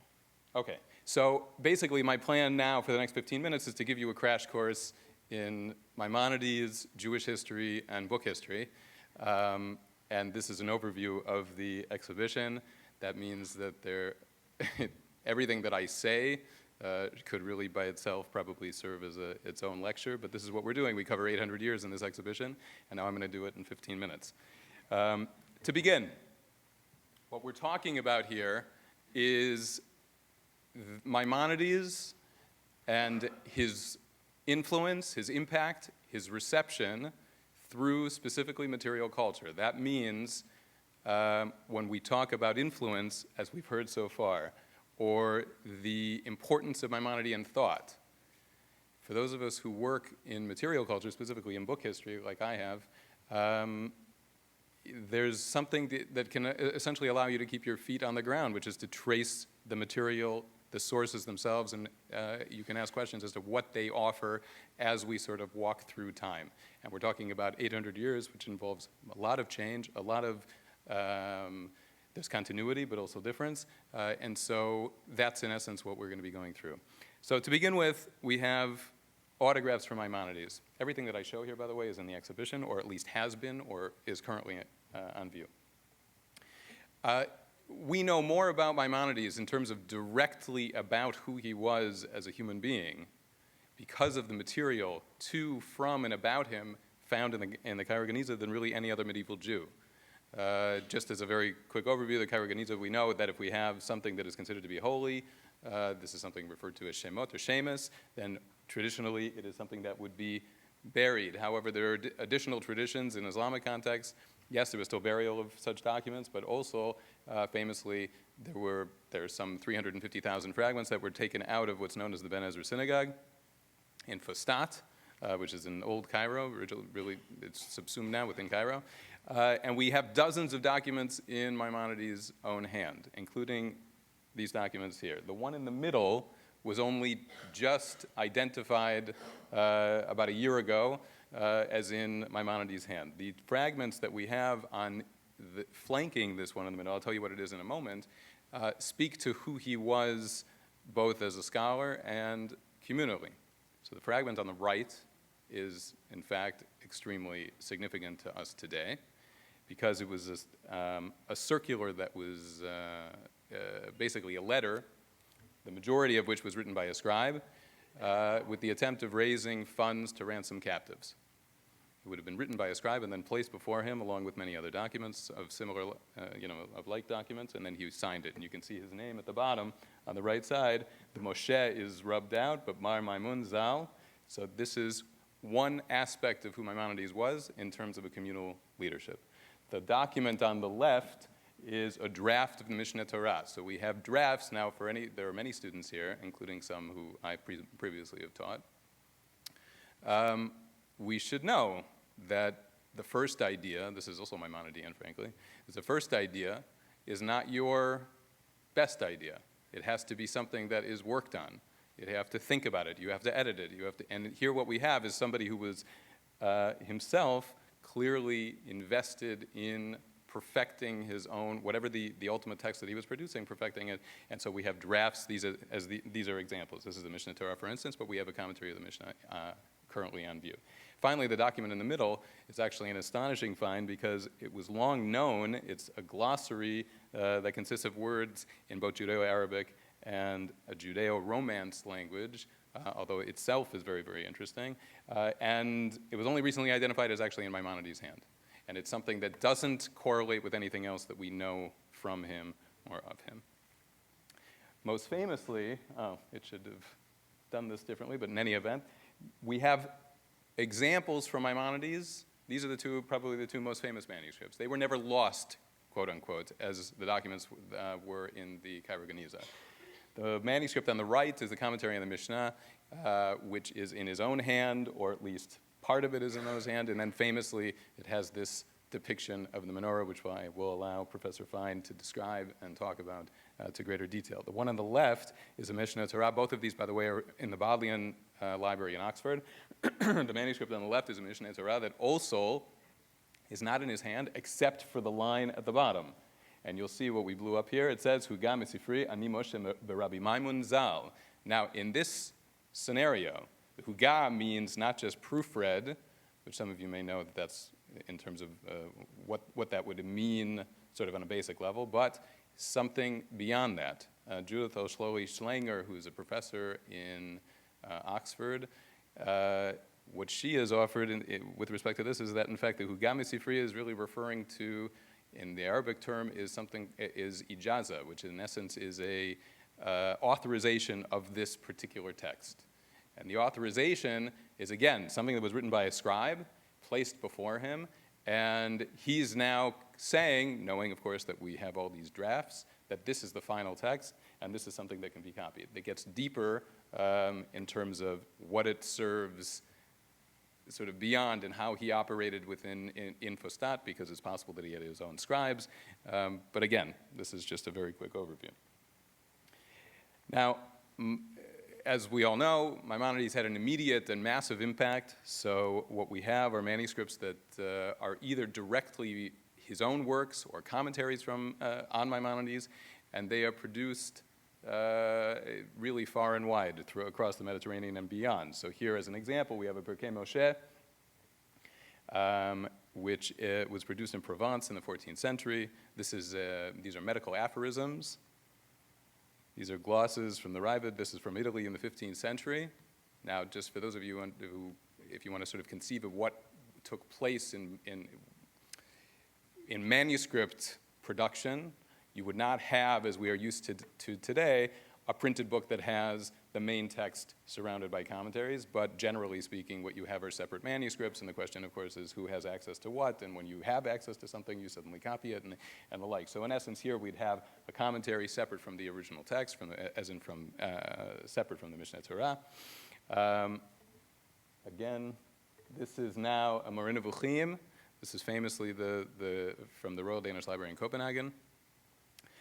You'll recognize, in fact, what the image in the center. Now, what's fascinating about this, which was produced in Barcelona in the mid-14th century, of course, is that it's a beautiful example of manuscript illumination. This would have been, you would have had a Jewish scribe working closely with a Christian workshop. But of course, what's fascinating is that this is actually an illuminated manuscript of Moreh Nevuchim specifically, meaning we have many examples of Mishneh Torah, very few of the Guide of the Perplexed. And you can imagine, in terms of the complexity of that text, what it would actually require for somebody who's actually going to commission such a thing. Am I commissioning something that I'm going to regularly use? The fact that the Moreh Nevuchim is something that is illuminated says a lot in terms of Maimonides' reception. And we also have, so far we've dealt with Provence, we have Italy, we have Spain, and then also Yemen, famously, and very importantly. So the text on the right is a Sefer Mitzvot, and the one on the left is from Yemen in 1596. There was never Hebrew printing that actually, the production of printing, Hebrew printing in Yemen, although there's much to be said about exactly what took place in the Yemeni connection to Jewish communities elsewhere.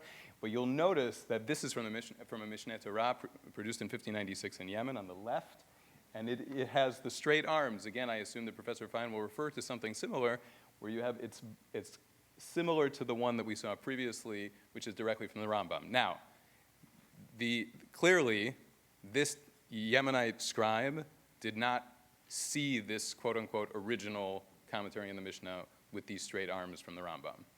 But instead, what it reflects is a Yemenite tradition which was really devoted to Maimonides and to the preservation of Maimonidean texts. That brings us to printed books. Printing with movable type was something that actually existed in the Far East, certainly in China and in Korea, certainly by the 14th century and even before. But it took off in a way in Europe that it previously had not. And Jews are active and very significant printers. Now, not on a sort of quantitative level. For instance, there are estimates that there were 30,000 books printed in Europe, 30,000 titles, excuse me. So if you can imagine, there are 30,000 titles printed in Europe in the first, let's say, 3 or 4 decades of printing. What we know of is really, when it comes to Hebrew printing, only about 150 titles. But having said that, Jews are the first to print in Portugal, the first to print in North Africa, and the first to print in the Ottoman Empire. So the Rambam, who was profoundly influential already in the medieval period, during his own life and continuously after that, his texts were produced widely by Jews, and each of these refer to the early editions of the Mishneh Torah. The first one on the left is the first edition that was ever printed. You've got a Soncino imprint in 1490, and then the one on the right was the first time that actually the Mishneh Torah was printed with commentaries. Now, beyond that, what we have, since we're doing this sort of crash course in Jewish history, is that there is a development, obviously, in Jewish thought. So by the time you get to the 16th century, and certainly in the 17th century, philosophy falls by the wayside, as in the study of philosophy, and what replaces it, in terms of an esoteric thought, is Kabbalah. You can always ask the question in terms of who's studying what and how many people are studying these things, but in any event, when it comes to printing and the actual production of Maimonidean texts, what we see is sort of this wrestling with Maimonides, as in Maimonides is so authoritative that you cannot, even if you are a Kabbalist, reject Maimonides. So in some cases, it actually means that, there's this story that ultimately develops that Maimonides, the Rambam, must have sort of, quote-unquote, converted, or as in sort of became a Kabbalist at the end of his life. In any event, you have examples, for instance, the two texts, the one on the left and the one in the middle, one that is sort of Maimonidean in the philosophical sense, one is anti-Maimonidean, although not anti-Maimonides as in the author of the Mishneh Torah, both produced by the same printer in 1556 in Ferrara. And then, of course, what you have is Torah Ta'olah on the right, which was printed in Prague in 1569. This is Moshe Isserles ultimately offering his own innovative way of bringing both philosophy and Kabbalah together, as if there's no contradiction in terms.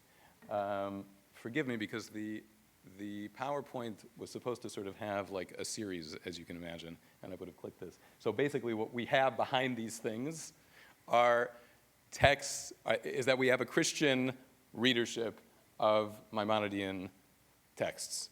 That includes translations of Maimonides into Latin, be it his letter on astrology, sort of in opposition to astrology, that he had sent to rabbis in Provence. This was something that was printed in Cologne in 1555. You have more, including these chronologies that bring in Maimonides' last chapter in the Mishneh Torah, which refers to the Messianic era. And then the one on the right is actually the first time that Maimonides' text of the commentary in the Mishnah in the Judeo-Arabic was printed, and it was printed by this gentleman, Edward Pocock, and that is how this manuscript, which is in the Bodleian, ultimately got to the Bodleian. He is the one who had acquired this manuscript in Aleppo and ultimately published the text, and it now rests in the Bodleian. Now, moving into the modern period, there are various forms of scholarship. With printing, what we have is an ability to print massively, to print widely, to disseminate an immense number of texts and ideas, but it also means that mistakes are proliferated. Once you print something and it includes a mistake, and there are many examples of this, including in Maimonides' own halachic, where you essentially would have a psak halacha coming from Maimonides that is originally that he had offered, and then it was printed incorrectly. You have scholars who are aware of this, knowing in the 16th century, for instance, that, this is wonderful that we have printed texts, but in fact, there's still manuscript traditions, and we have to correct these texts. This is an example that's actually kept in the National Library. We have pages from this here in the exhibition. What this is supposed to show before this was a document from Isaac Newton, which we have in the exhibition, which indicates how Newton himself, along with other English scholars, specifically other European scholars, but looked to Maimonides to sort of bolster their own scholarship. In this particular case, Newton used Maimonides he was attempting to reform the Gregorian calendar, so he looked to Maimonides' laws of the new moon, and additionally, he was producing an entire treatise, which this is from, on essentially on Solomon's temple, and he uses the Maimonides' description of the temple.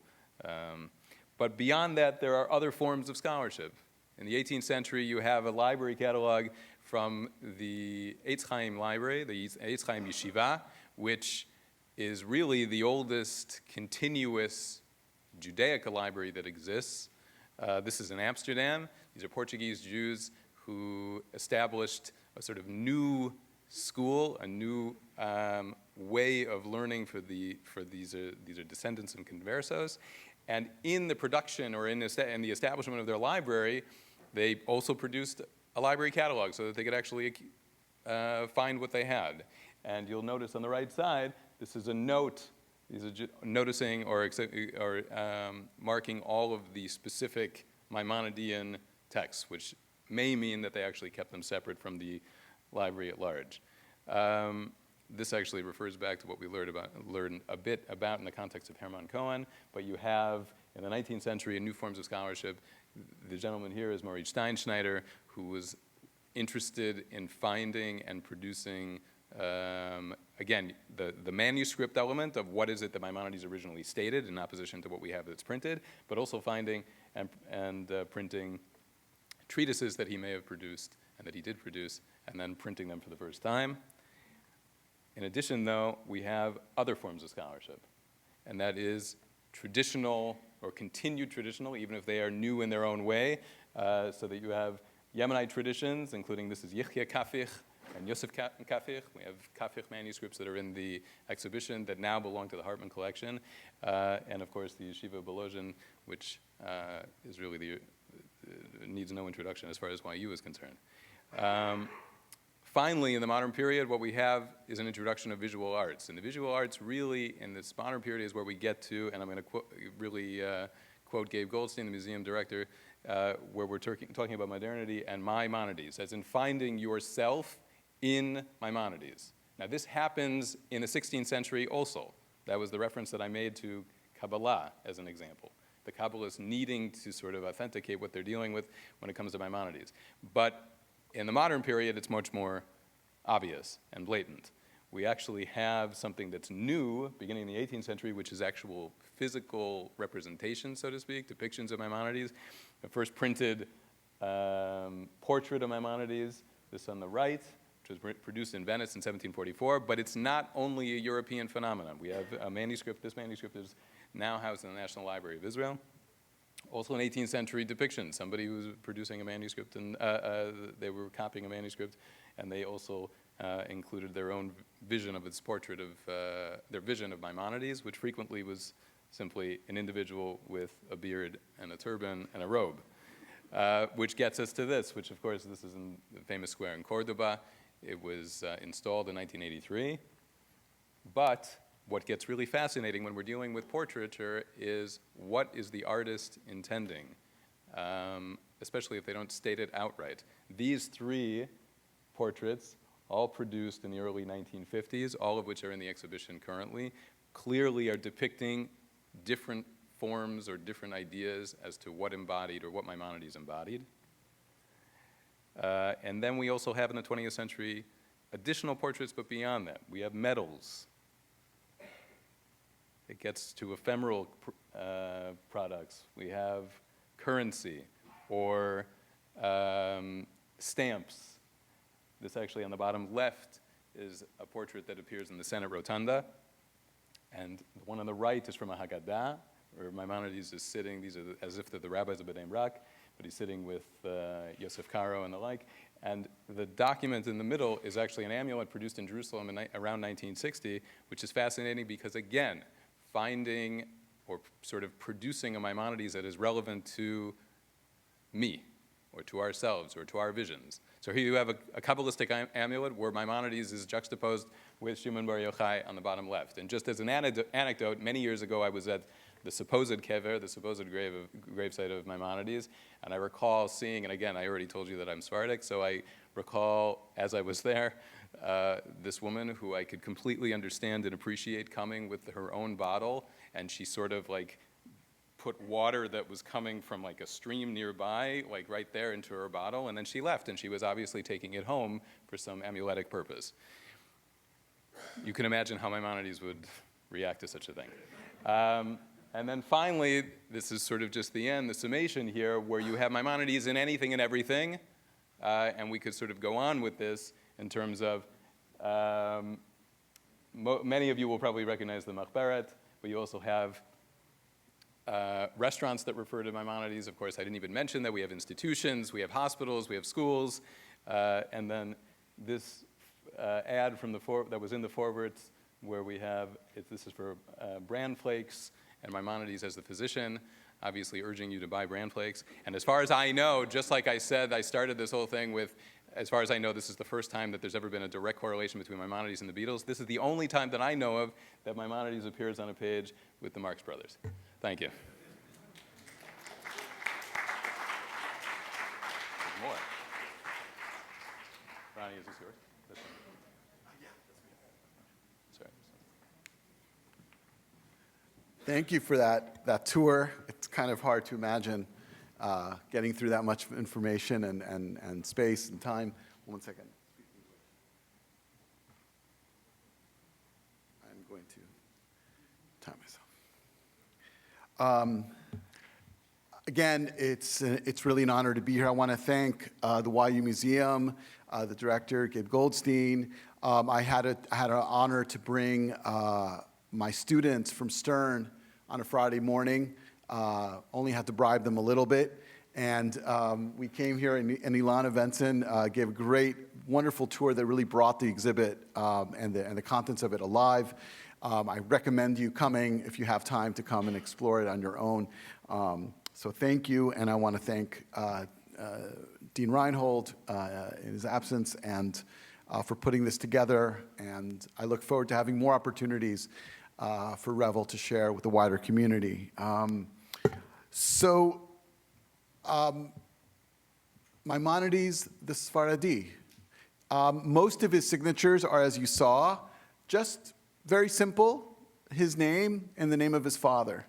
Every once in a while, he does sign as Hasfaradi, the Spaniard, if you want to translate it that way, which is the way that Norman Roth, a very intrepid and idiosyncratic and scholar, wrote a beautiful essay for one of the anniversaries called Maimonides the Spaniard, which gave me a lot of ideas about this talk.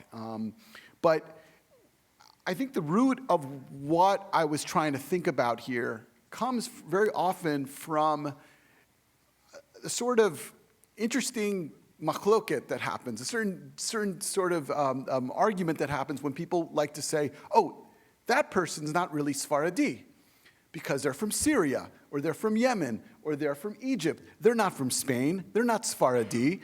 And so on some level, yes, there is a Sephardic culture which is intimately related to the Iberian Peninsula and the Jews who lived there over hundreds of years and who, in their exile, brought with them that culture in terms of language and food and obviously religious practices.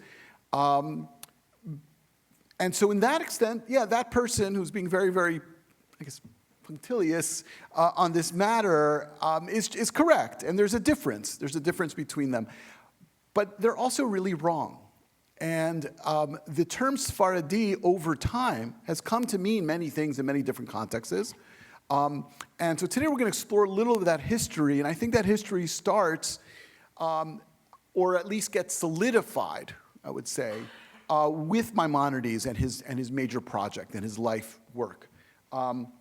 Right up here we have a little postage stamp from Spain celebrating their native son. Now Maimonides did not spend that much time in Spain. He left Cordoba by the age of 13 or 14, wandered with his family through Morocco and eventually ending up many years later in Egypt where he lived most of his life. And yet Spain not only has a call on him, he has a call on Spain, and he does invoke Spain in many instances. We're going to talk about that. But even the term Spain is kind of problematic, because at the time that the Rambam lived there was no Spain. You can argue there's not even a Spain after 1492, and much later. Much of medieval Spanish history You have references to Las Españas, the Spains, because Spain was a place made up of many, many kingdoms, many cultures and political entities, many languages. And so the idea of a Spaniard is a problematic term. And Jews themselves, who were from that place, right, from the Iberian Peninsula, sometimes would use the term Sephardi, but more often would talk about the town they're from. And so identity really is much more local. And you see that term Sephardi turn into a much larger category later. So I do this? Okay, yes. So we're going to start wide, and then we're going to go more focused. The purple reflects the Islamic world in the early medieval period. By the 8th century, the Muslims who left Arabia took over all the way east to India and all the way west to the Iberian Peninsula. And this huge expanse of territory was not always ruled in a unified way. In fact, within 100 years or so, you start to see fissures. But there was a unity of culture. There was a unity of flow of people, of goods, of knowledge that went, again, from the Far East all the way to Spain. And this created a situation where wherever you were in that sea of purple, if you spoke Arabic and you knew the rules of the game, you being a non-Muslim, knowing what taxes to pay, what sort of clothes to wear, you could travel freely from Europe all the way through the Middle East and further, and do business, read books, learn things, bring them back. And so what we have is a very, very dynamic world where ideas and goods and people are flowing constantly. Just to give a good example of this sort of flow is Dunash ben Labrat. Many of you are familiar with Dunash from Dror Yikra, the Zemer that's sung on Shabbat. Dunash starts in Morocco. He's a Berber Jew, and he's brilliant, and his community gathers enough funds to send him to study with the most brilliant Jew alive, out of the most important yeshiva of the time, all the way in Baghdad, and he goes to study with Saadia Gaon in Baghdad.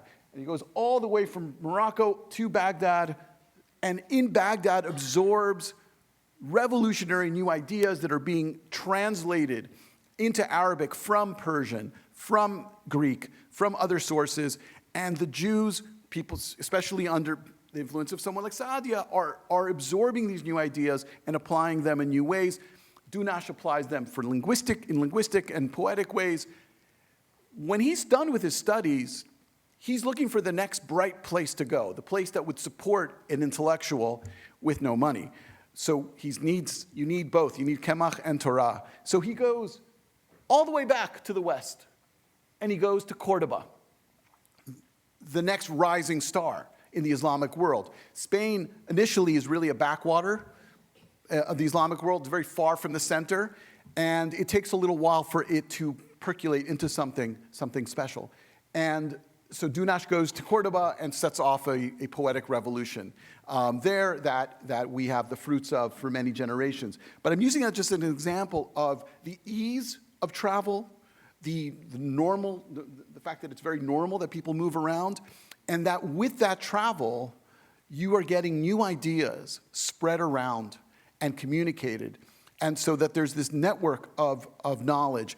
And the Jews are an integral part of that, and Jewish culture becomes transformed from this network. Cordoba.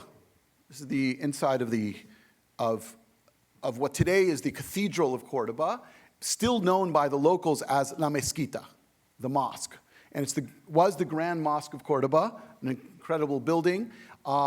And it's one of the few things from the I don't like the term golden age, but I'll use it, the golden age of southern Spain, when Cordoba declared its independence of the rest of the Islamic world, where Abd al-Rahman III declares himself a caliph, and starts his own kingdom there, independent of the other kingdoms, and creates a synergy of economic, political, and cultural life that attracts all sorts of people to Cordoba, namely people like Dunash, and you have figures like Hasdai ben Shaprut, the great Nasi, the great prince of the Jews, but also a close advisor of the caliph, a translator for the caliph who does ambassadorial projects for him as well.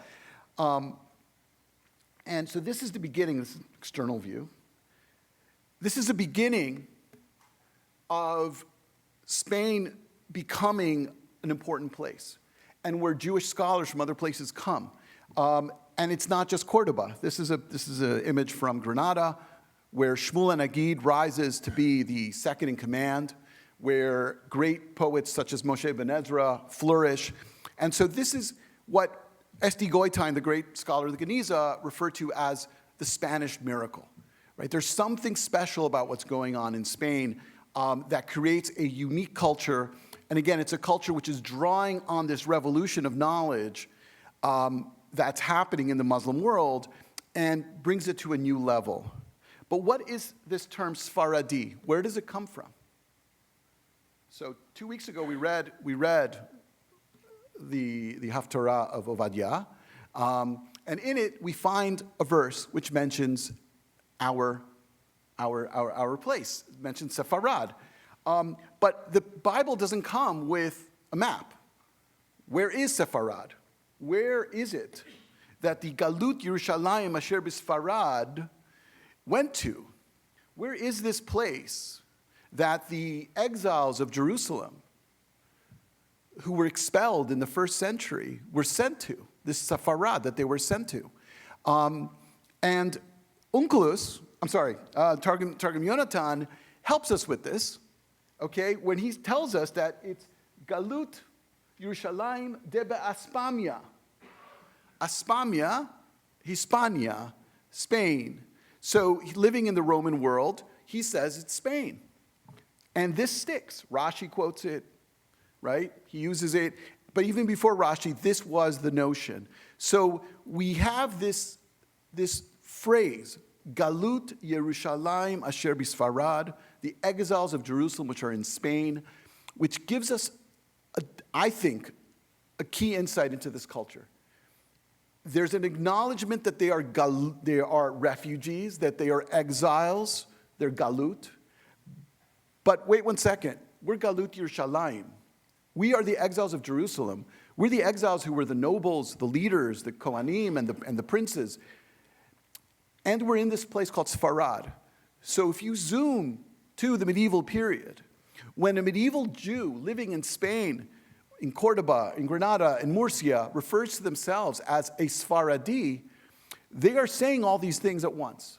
Yes, it's an acknowledgement that we're in exile, but it's an acknowledgement that I come from a very long line of nobles, and my culture is a noble culture, and I'm rooted in this place. I've been here, and many Spanish polemicists will use this argument.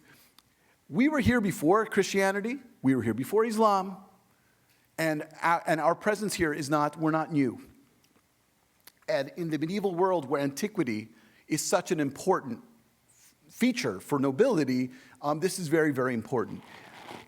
Hasdai ben Shaprut, the most powerful Jew in the world at the time, writes a letter from Cordoba, where he is not only the physician of the caliph, but also one of his main ambassadors, writes a letter to the king of the Khazars. Now, I'm not going to get into the Khazars, what's going on here, but he's writing a letter to them. And introducing himself, he calls himself, as you see, Mi b'nei Galut Yerushalayim Asher B'Sfarad.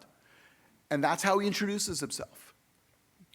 And we see other people using the same term.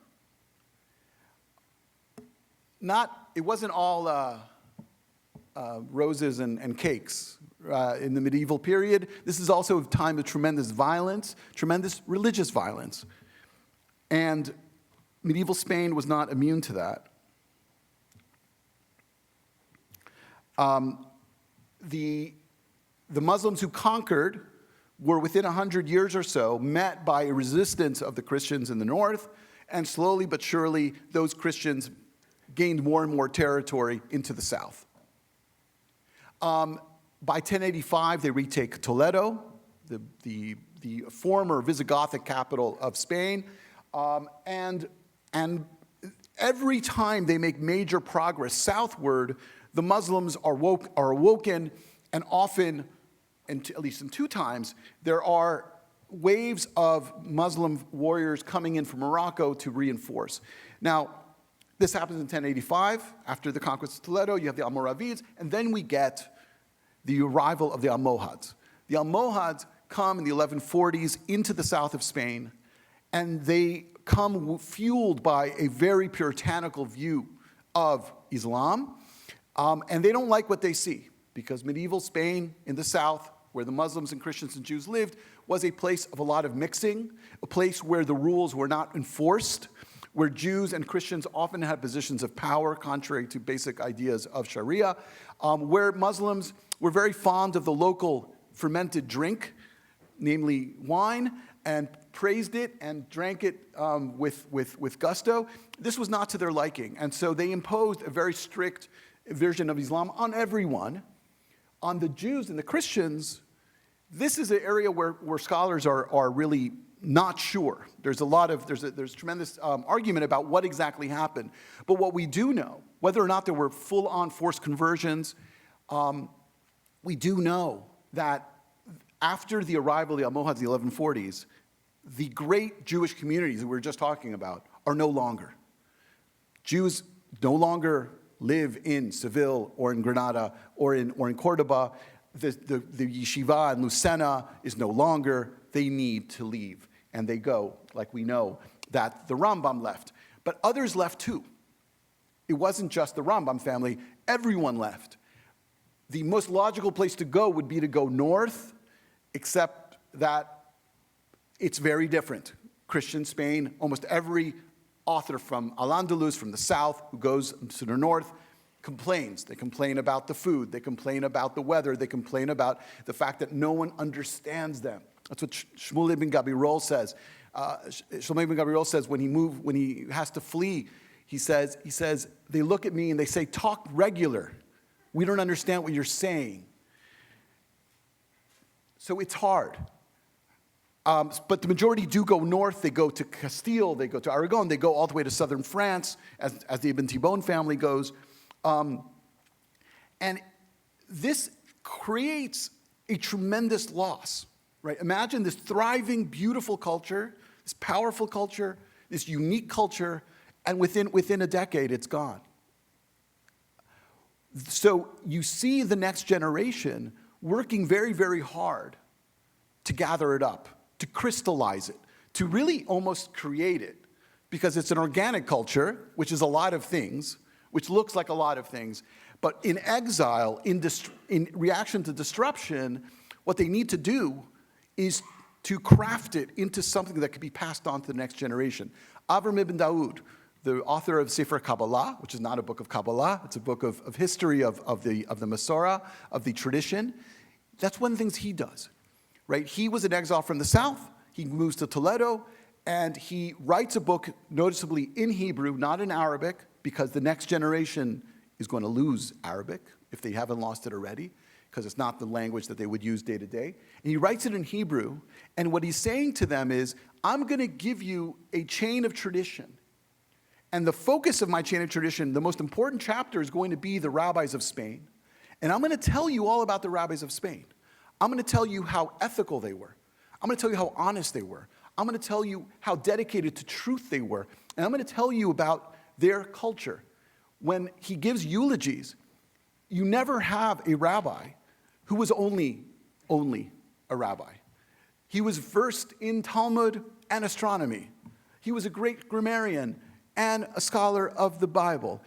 Always something else, right? So this feature of the culture is something that's being brought down. It's something that's going to be given over to the next generation. This happens with Ibn Tibon. The Ibn Tibon family, you have Yehuda and then Shmuel. They go all the way from southern Spain. They find refuge in the south of France. South of France, not a place where people speak Arabic, but the great works of Jewish philosophy are all in Arabic.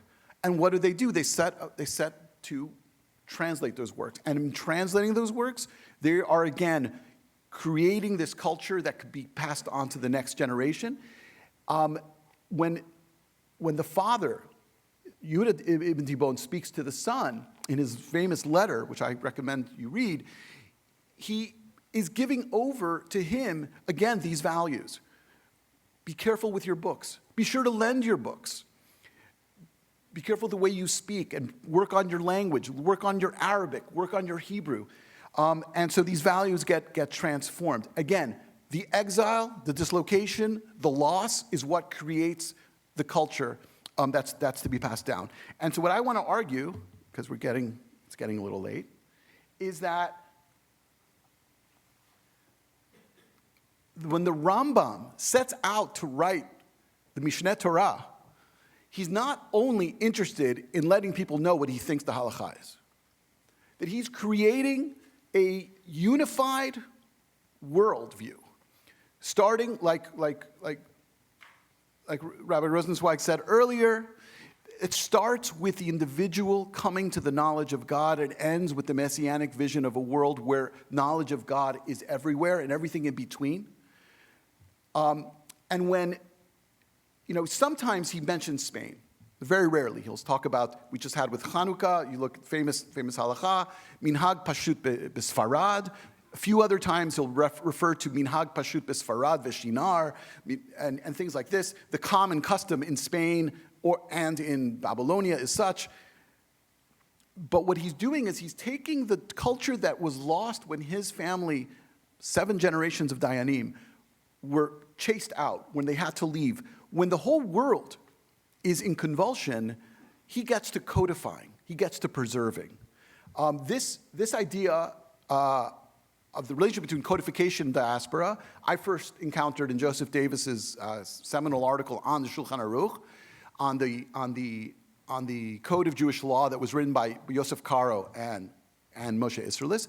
And he points out how this is a code which is clearly and directly a response to dislocation, to exile, to a sense that you need to organize because the world is falling apart. And I know we're getting close to time. I just wanted just to hear from the Rambam himself in his letter to Yemen. And this is the other piece here. It's not just the code. It's also his decision, which was on some level thrust upon him, but he took the reins of it, to be a world leader. Jews wrote to him from every corner of the Jewish world. From Yemen, from Morocco, from France, they wrote to him. From Syria and Baghdad, they wrote to him. And he wrote back in whatever language they would understand, whether it was Hebrew or Arabic. And in that leadership, again, he was creating a global network of Judaism that was rooted in the Sfarad of his youth, really Sfarad of his mind, the Sfarad that he received from his family, but he codifies it through the Mishneh Torah and then through his letters, which gave strength and encouragement to Jews all over the world to hold on to their Judaism in times of terrible persecution or simply in times of daily confusion. A student who's frustrated that he is having trouble studying, and the Rambam will give him encouragement, for instance. But here we have the Rambam being honest about his life. I'm always dedicated to my duties, but I have not attained the learning of my forebears, for evil days and hard times have overtaken us, and we have not lived in tranquility. We have labored without finding rest. How can the law become lucid to a fugitive from city to city, from country to country? But I would argue it is that disruption and difficulty that possibly was the impetus for him to be the Nesher HaGadol, to be the great eagle. We have much more to say, but I'm going to leave it here, and I want to thank you.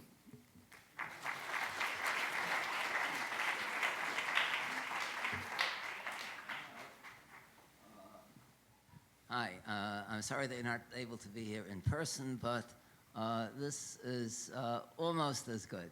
So we look forward to hearing you. Wait, hold on. Your audio is not working, so let's wait a moment.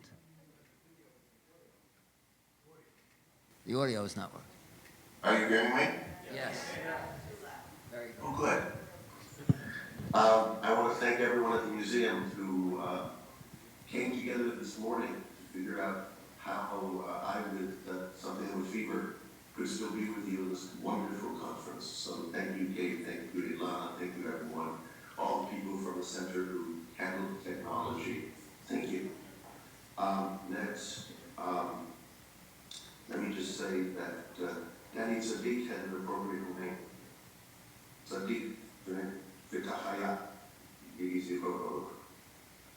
Next, my students who are sitting with you right now, and they have never been to an academic conference before, and I appreciate you guys all being there even without me.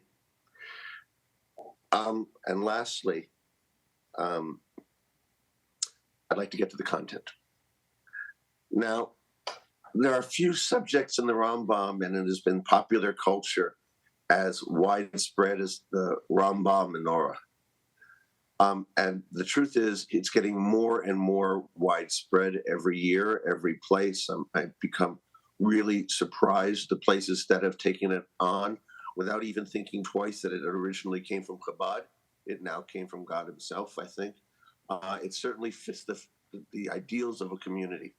But what I'd like to do is go through and share with you some of the intellectual history of how this drawing came to be, what folks thought about it in the Middle Ages, what happened to it in the modern period, and then go in unanticipated direction and suggest a Samaritan parallel that may add some light to this process. So I'm going to share slides, share screen.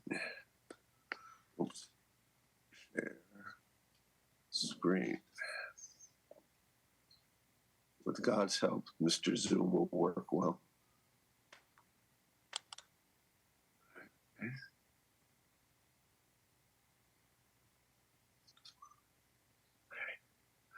Now, we all know this image, so it's going to take a second to do the presentation thing. If you don't know it, you can walk into the center city of any American city or any city in the world, and you'll know it pretty quickly. But if you take a look at this image, you'll notice some peculiarities about it.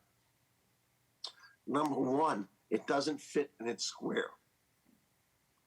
Number two, it could have fit in its square if the person who drew it had taken it a half an inch, 1 centimeter lower.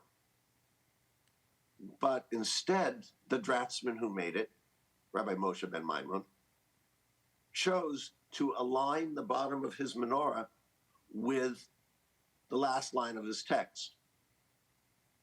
Number three, it's made of these delicious and nice round and triangular and half circle things. It's a very interesting drawing. It almost looks like modern Cubist art. Now, we're going to negotiate between the Rambam himself and Rabbi Yosef Kapach. Now, I know that in all the scholarly literature, they call him Kapich, but in reality, he was my next door neighbor, and I'm friends with his family. So Rabbi Yosef Kapach, in his Israeli identity, was the person I would go to as a student if I wanted to ask the Rambam himself what he thought, which is no exaggeration since he published most of the important literature of the Rambam with his own commentary. I'm interested in a text that was published in 1963, his commentary on the Rambam's commentary on the Mishnah, okay? He based it upon a critical edition of a manuscript, the one we just saw, which is in London from 1168. It was written by the hand of the Rambam himself.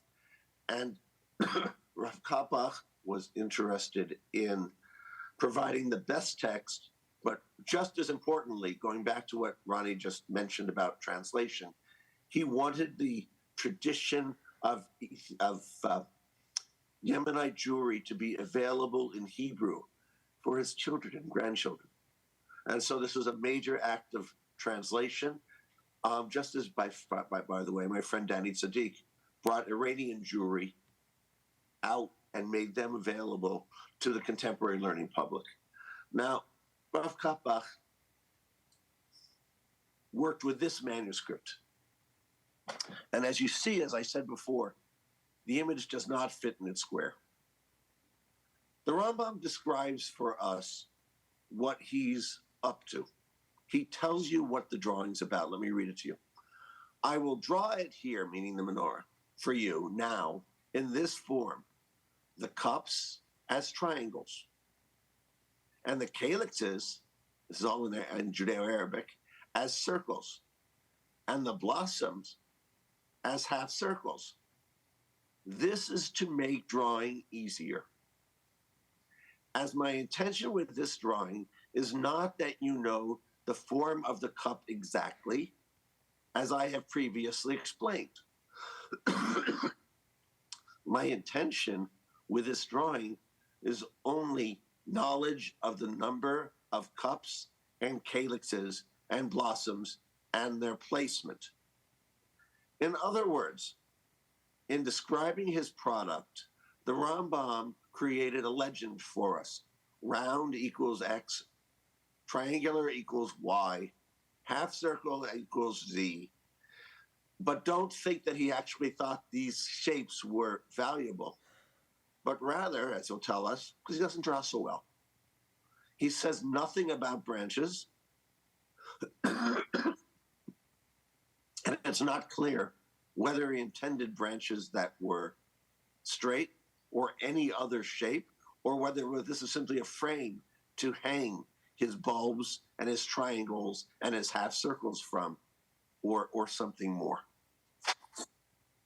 But I can tell you that in this drawing of the Mishkan, you can see the whole drawing on the right, and on the left you can see just the Kodesh Kedoshim, the menorah, and the Shulchan, and the Hechal.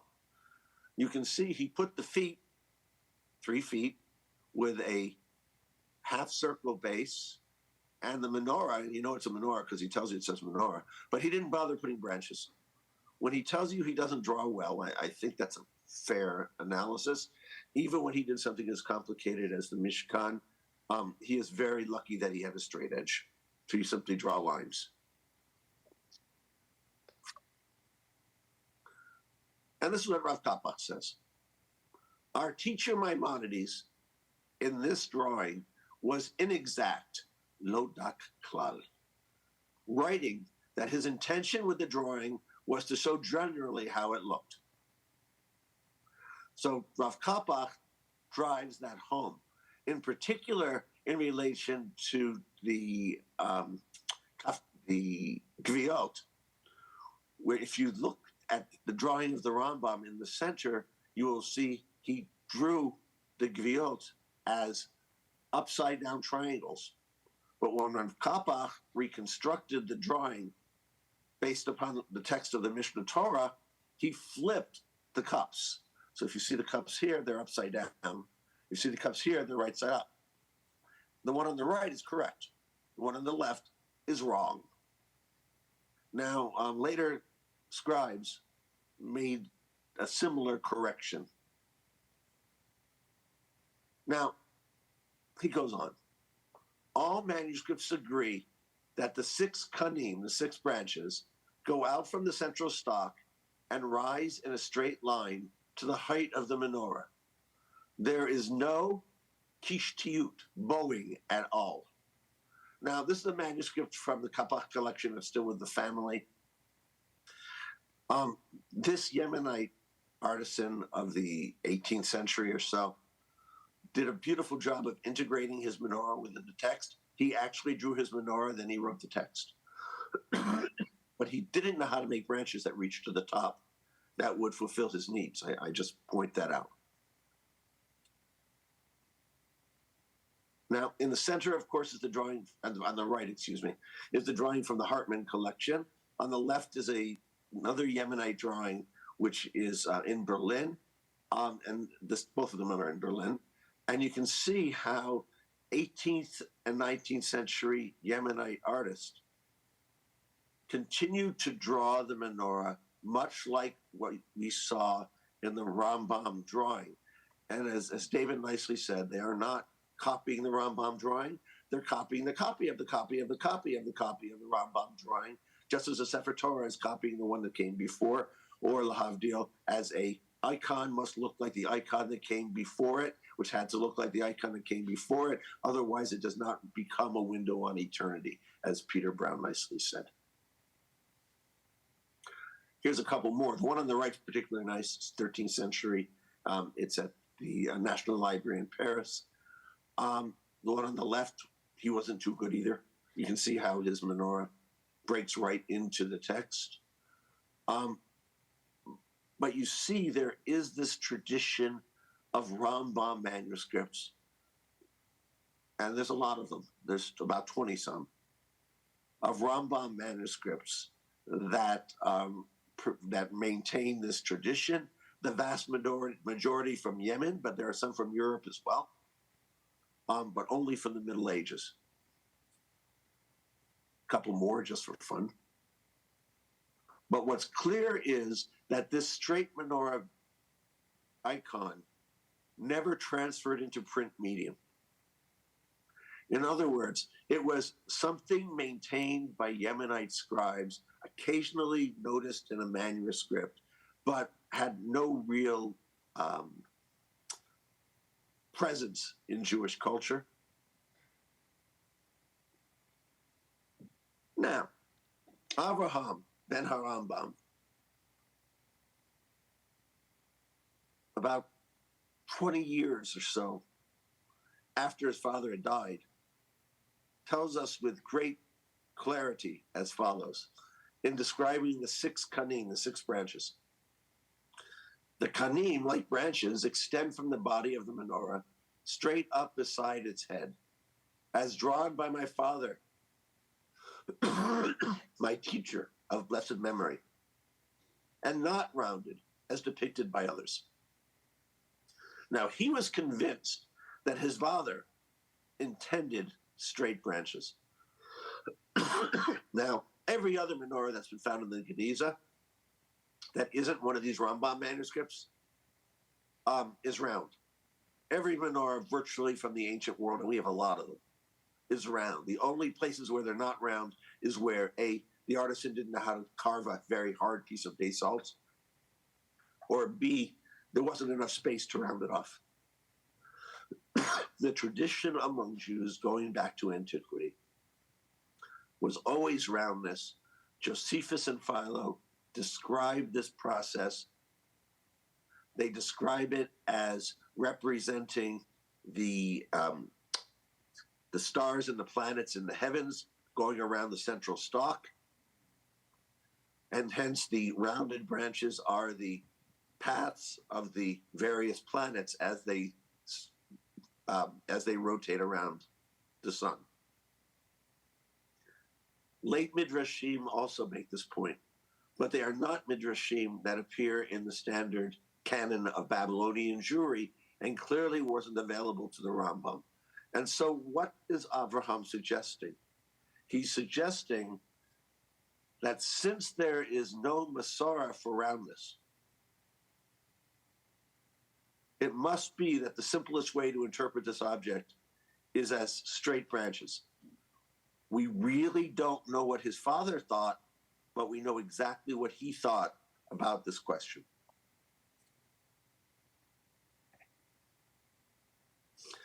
Now, starting in the 18th century, a menorah craze began, particularly with the rise of Zionism in the early 20th century, but even beginning in the 18th century. Christians associated the menorah, especially the Artaxias menorah, with Jews. Jews associated it with themselves. There was a level of menorah craze that's actually hinted at and discussed by Shai Agnon in his wonderful story, Maseh Menorah.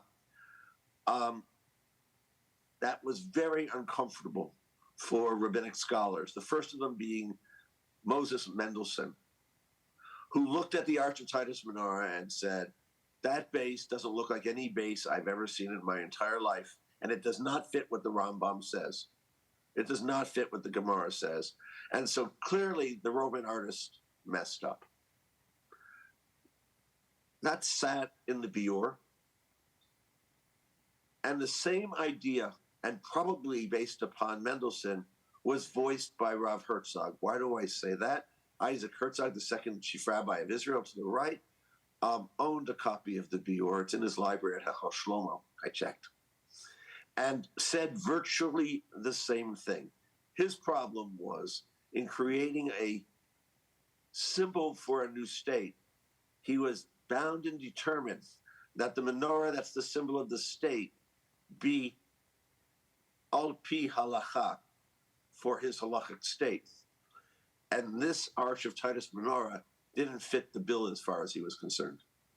Rav Kapach continues, it is not, meaning the Arch of Titus, according to the widely distributed image that is copied in the Arch of Titus, which, by the way, is absolutely standard for Second Temple menorahs and going into antiquity, certainly the branches.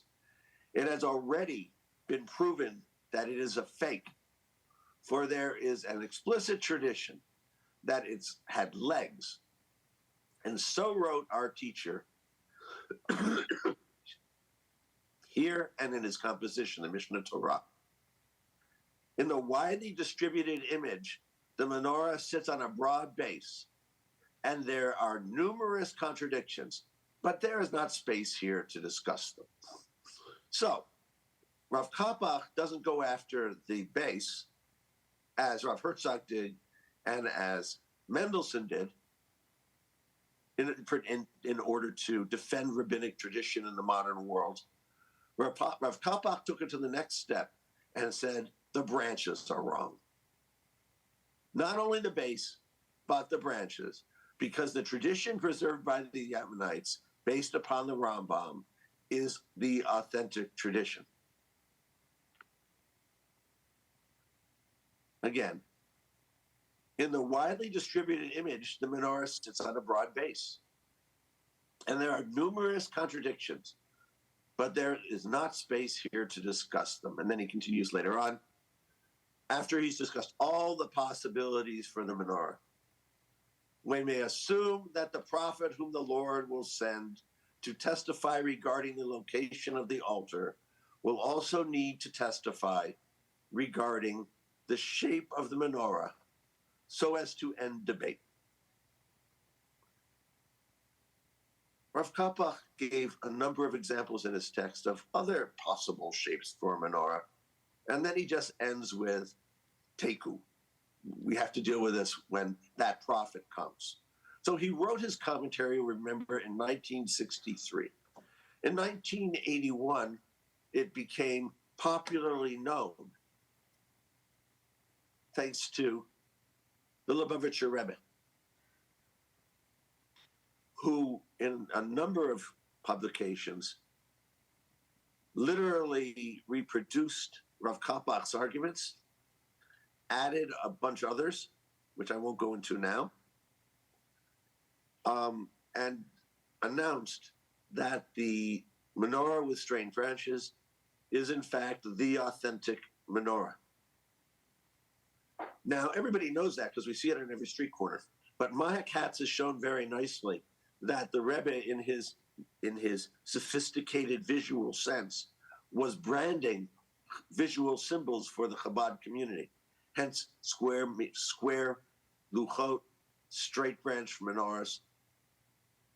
The Rebbe was very carefully creating an alternative menorah to the Israeli menorah. Alternate messianism for an alternate messianic movement. Now,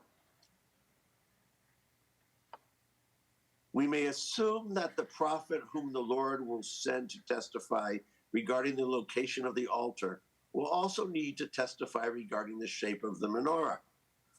And of course, for many Hasidim, the Rebbe fills that position. He himself was well aware that there were legitimate shittot, legitimate opinions that supported round branches. But he was adamant that his straight menorah was the correct menorah. Now, one interesting thing about the Rebbe's menorah is that they reproduced the gviim, the cups, upside down, just like in the Rambam drawing, as opposed to Rav Kapach, who had corrected it, which is what you see on the right. So it literally is a historicized image. Now, historicized images in the 90s made a lot of sense. If you walk into my living room, you'll see reproductions of Hanukkah menorahs from Italy and from Holland and from all sorts of Morocco, all sorts of other places. Reproductions of historical images in the Jewish Renaissance of the 70s, 80s, and 90s were particularly common. But there's something else. The straight branches fit very nicely with the Bauhaus aesthetic, the modernist aesthetic that was essential and is essential to Western culture. On the right is a Hanukkah menorah created by Ludwig Walpert, who studied at the Bauhaus in Germany. And on the left is a drawing by Ben Shahn. I bring these two only to show the opening up and loosening of what constitutes the image of the menorah, that this image simply fell into line within that group and was able to create a market share extremely quickly. Now let's jump to the Samaritans. The Samaritans, as you may know, are the descendants of the northern tribes of Israel. Today there are 850, some of them, spread between Holon and Mount Gerizim. The Samaritans have a tradition that goes back to biblical times. I've spent quite a bit of time with them lately. At some point while I was writing my book on the menorah, I noticed that this Samaritan Masach, as they call it, this Samaritan Torah curtain, which dates to 1509, had a very strange image of the tabernacle menorah. As you can see, it has the same round base as the Rambam, and it has straight branches. Frankly, I didn't know what to do with it because it is a kind of embroidery and work isn't that precise in embroidery. But this is a Torah case, the famous Abisha scroll from 1522. Notice that the interior of the branches is braided work. And we find that, by the way, in medieval manuscripts of Rashi, where it talks about the yellow work. Some of the manuscripts of Rashi also have this kind of braided pattern.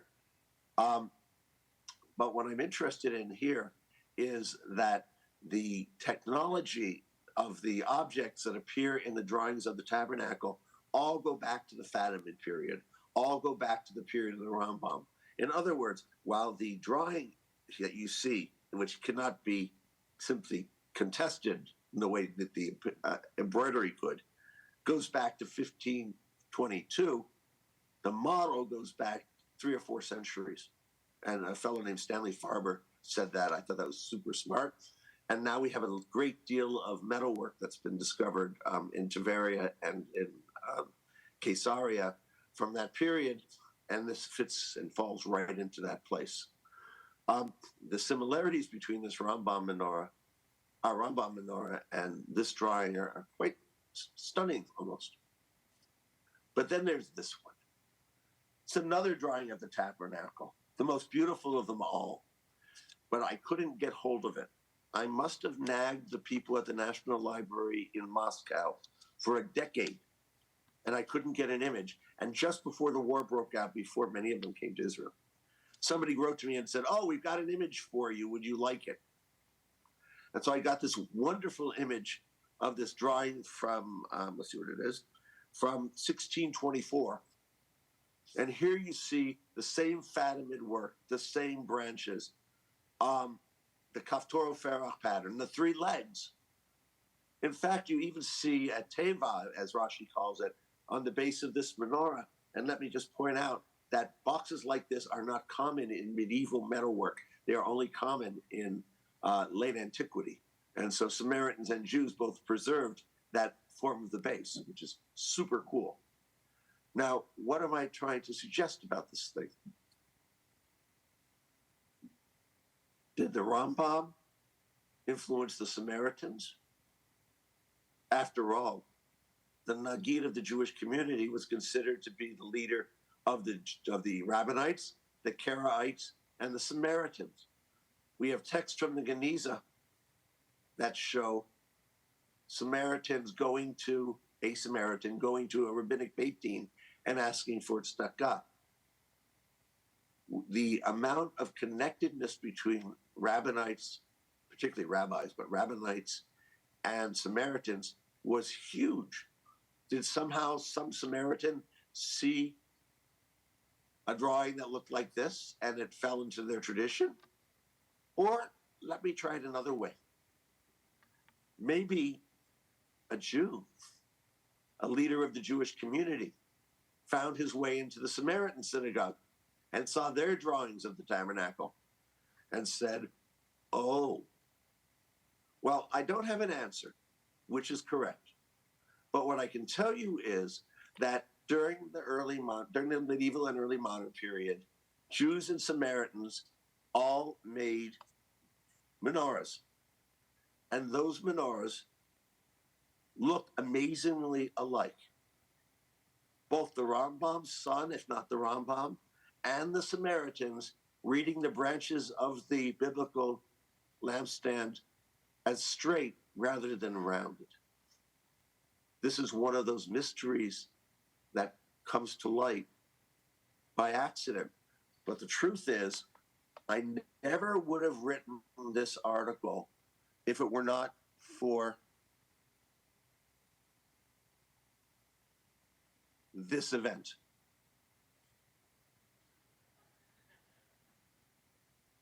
So thank you very much.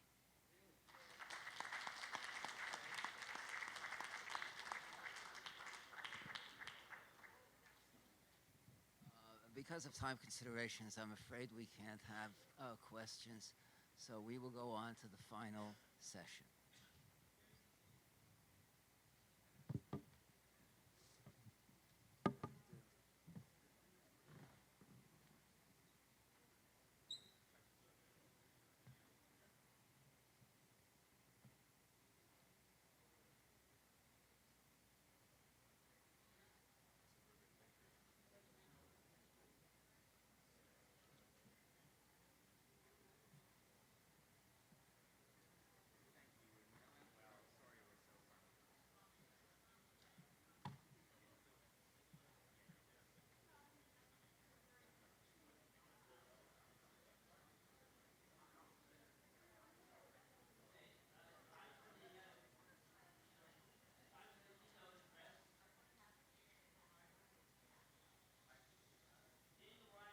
Me to introduce James Diamond, and when I mentioned that my function here would be to do that, the person who's not in academia said, "Oh, the CEO of J.P. Morgan Chase?"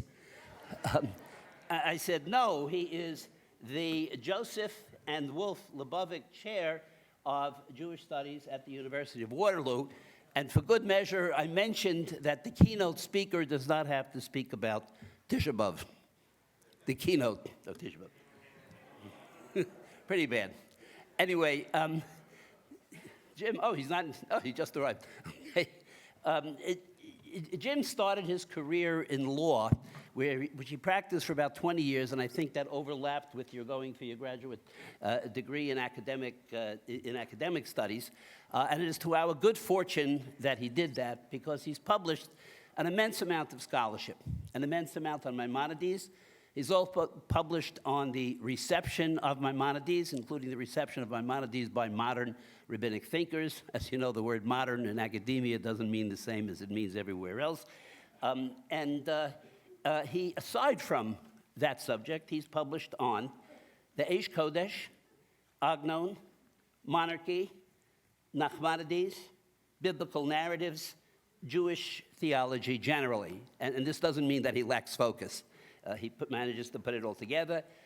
Jim is known for combining literary insight, philosophical acuity, historical understanding, and maybe most important for today's theme, a sense of the present.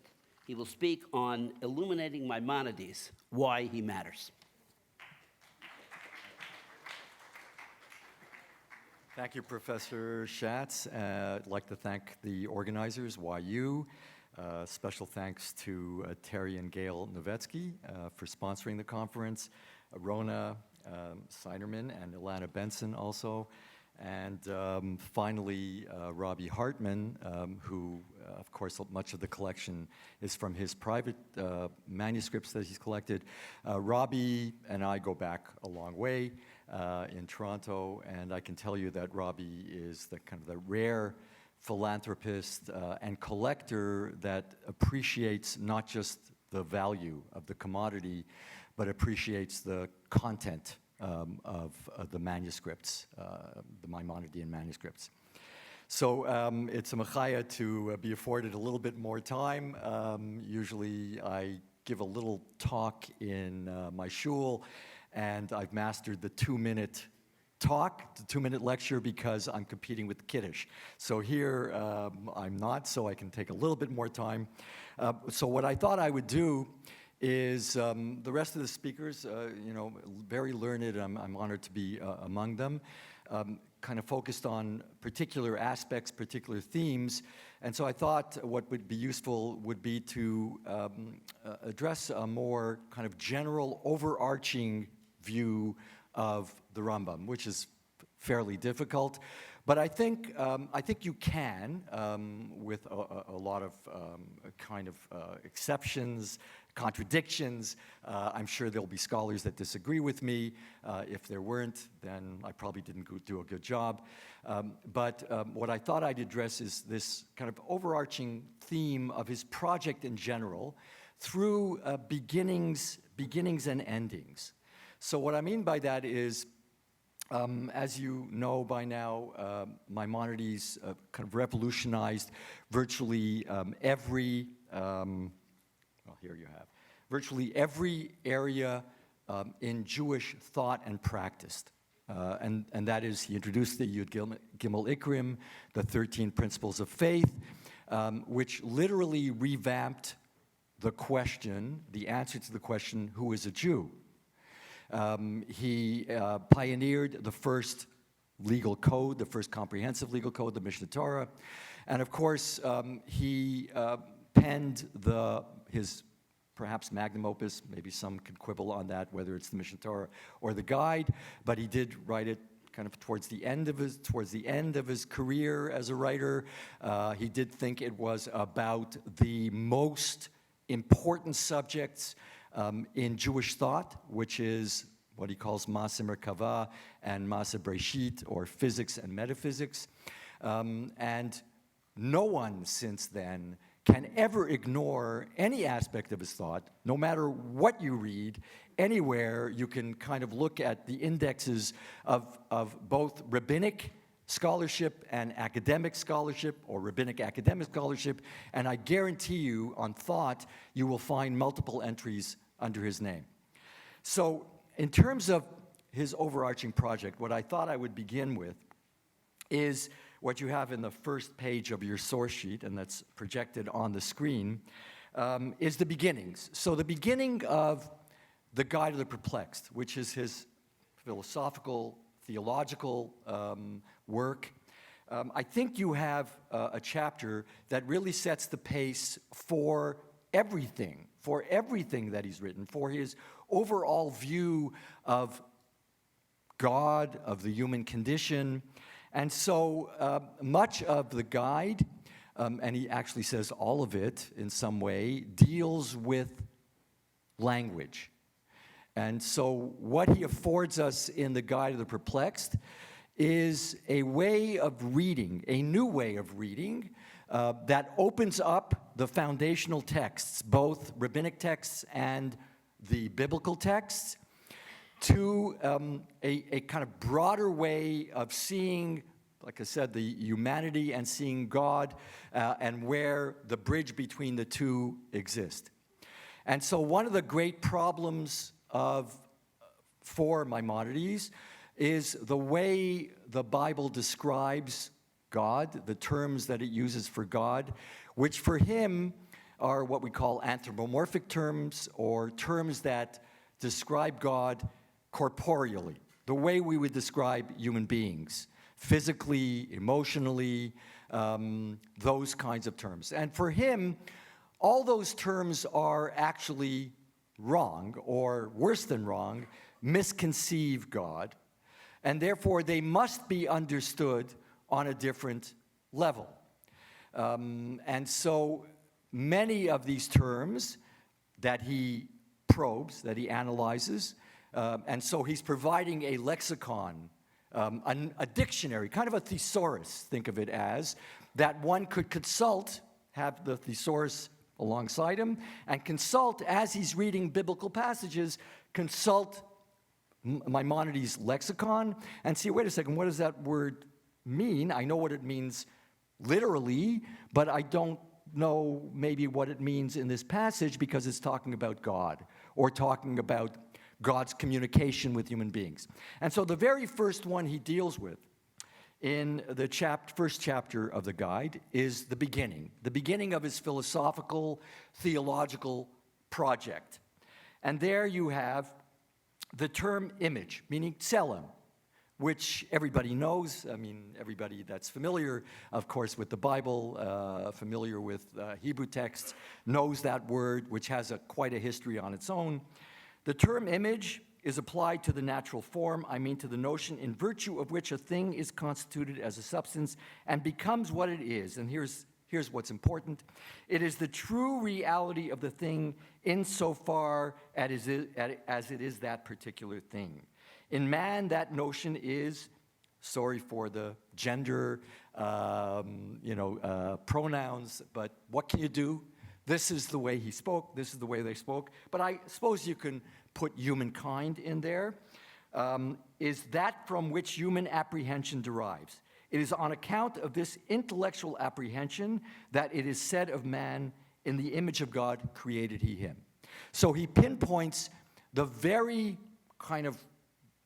fundamental notion that informs all his work, both the philosophical work and I think the legal halakhic work, that is that what constitutes a human being, not a Jew, not a particular human being, but human beings in general, is the mind, the ability to think, the ability to construct ideas, and ultimately leading towards the furthest or ultimate objective truth that all thought leads to, which he considers that to be God. Now, what's the reason that the Bible spoke in corporeal terms? And this is interesting, and this is the next paragraph. People, that is, normal people, who haven't become too philosophically sophisticated, haven't gone to Harvard, although I'm not sure that's a good thing these days, but in any event, they believed that if they abandoned the belief that not to take these things literally, not to take the idea that God has a hand, or that God sees, or that God has an emotion, not to take it literally, would give the lie to the biblical text. They would even make the deity to be nothing at all, unless they thought that God was a body provided with a face and a hand like them in shape and configuration. And finally, so in order to establish the existence of something, it had to cater to a sensibility that only understood the world in terms of the material, in terms of the physical, of the corporeal. Address it, meaning preliminarily. And then finally, in the exercise of this faculty, no sense, no part of the body, none of the extremities are used, and therefore, this apprehension was likened unto the apprehension of the deity, which does not require an instrument. Meaning, this is the only human activity where one can say human beings have in common, and I take that with a bit of salt, but one can say human beings have in common with divine activity or with God. So what he's done here is really, like I said, to open up and to introduce a kind of a whole new radical, I would say, way of looking at the foundational, the canonical texts of Judaism. That is the rabbinic texts, the midrashic texts, the Gemara, the Bible, the Tanakh. And what he's done also is to open up to broaden the vistas of human sensibility, to understand that there is something beyond the corporeal, beyond the material, that is real, that is very real, that actually might be more real than what people think is real, than God having vision. There might be another level of meaning to that word that actually attributes to that term even a greater reality, a higher reality. So he opened up that vista of the human sensibility, of what humanity can appreciate as something that envelops truth beyond the tangible, the material. And what he's also done is broaden what we call it in scholarship, hermeneutical, because we like to use fancy words, so you think we're all very smart, but it simply means exegetical or interpretive. That is a way of reading texts that broadens our sensibility, our literary sensibility, far beyond, really opening up the floodgates to what I think is really the history of Jewish thought all the way to the modern period. I often, when I talk about this with my students, and also students, people have this kind of idea that somehow real means literal, historical, and so the thing I ask them is, let me ask you something. The greatest, arguably one of the greatest writers of the 20th century, Franz Kafka. So he wrote a book about a guy turning into a bug. Now, what would you think Franz Kafka would think of you if you came to him and said, that's ridiculous. We know nobody turns into a bug. He would probably shrug and walk away. Unfortunately, for the way I present that, is virtually all the people in my class don't know who Kafka is. So that's another problem.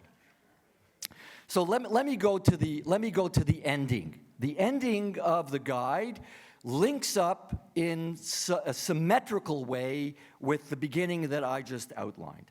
And so the end of the guide also goes back to dealing with a term.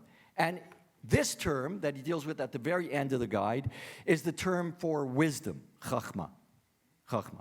And he kind of analyzes that term. It has different meanings, could be skills, could be kind of artisan skills, but the highest meaning is the following, and that's on page 2. Let me just go to the next one.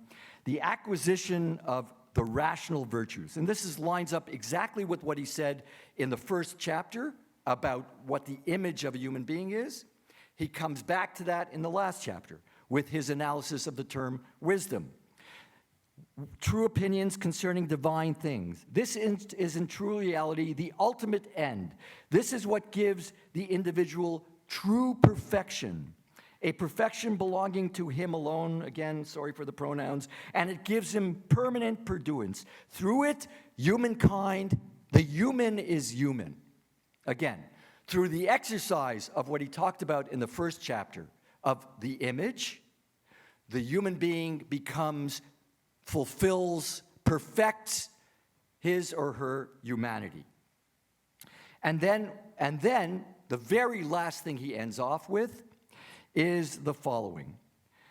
Unless you think that he's left the life of conduct totally for the life of the mind, and he's asking everybody to go and live in some cave, he comes back at the very end and says, the perfection of man that may truly be gloried in is the one acquired by him who has achieved this highest form of wisdom, the way of life of such an individual, once one comes to the closest one can come to the truth or the ultimate truth or comprehending something about God, such an individual, after he has achieved this apprehension, will always have in his view terms that I think all of you are familiar with: chesed, tzedakah, umishpat. Loving kindness, righteousness, and judgment. And so there's lots of arguments about this. Lots of arguments in the literature. I'm not going to spend time on that. What Maimonides believes is the end of man, the end of human beings. What is the very end purpose, the ultimate purpose? Is it ethics?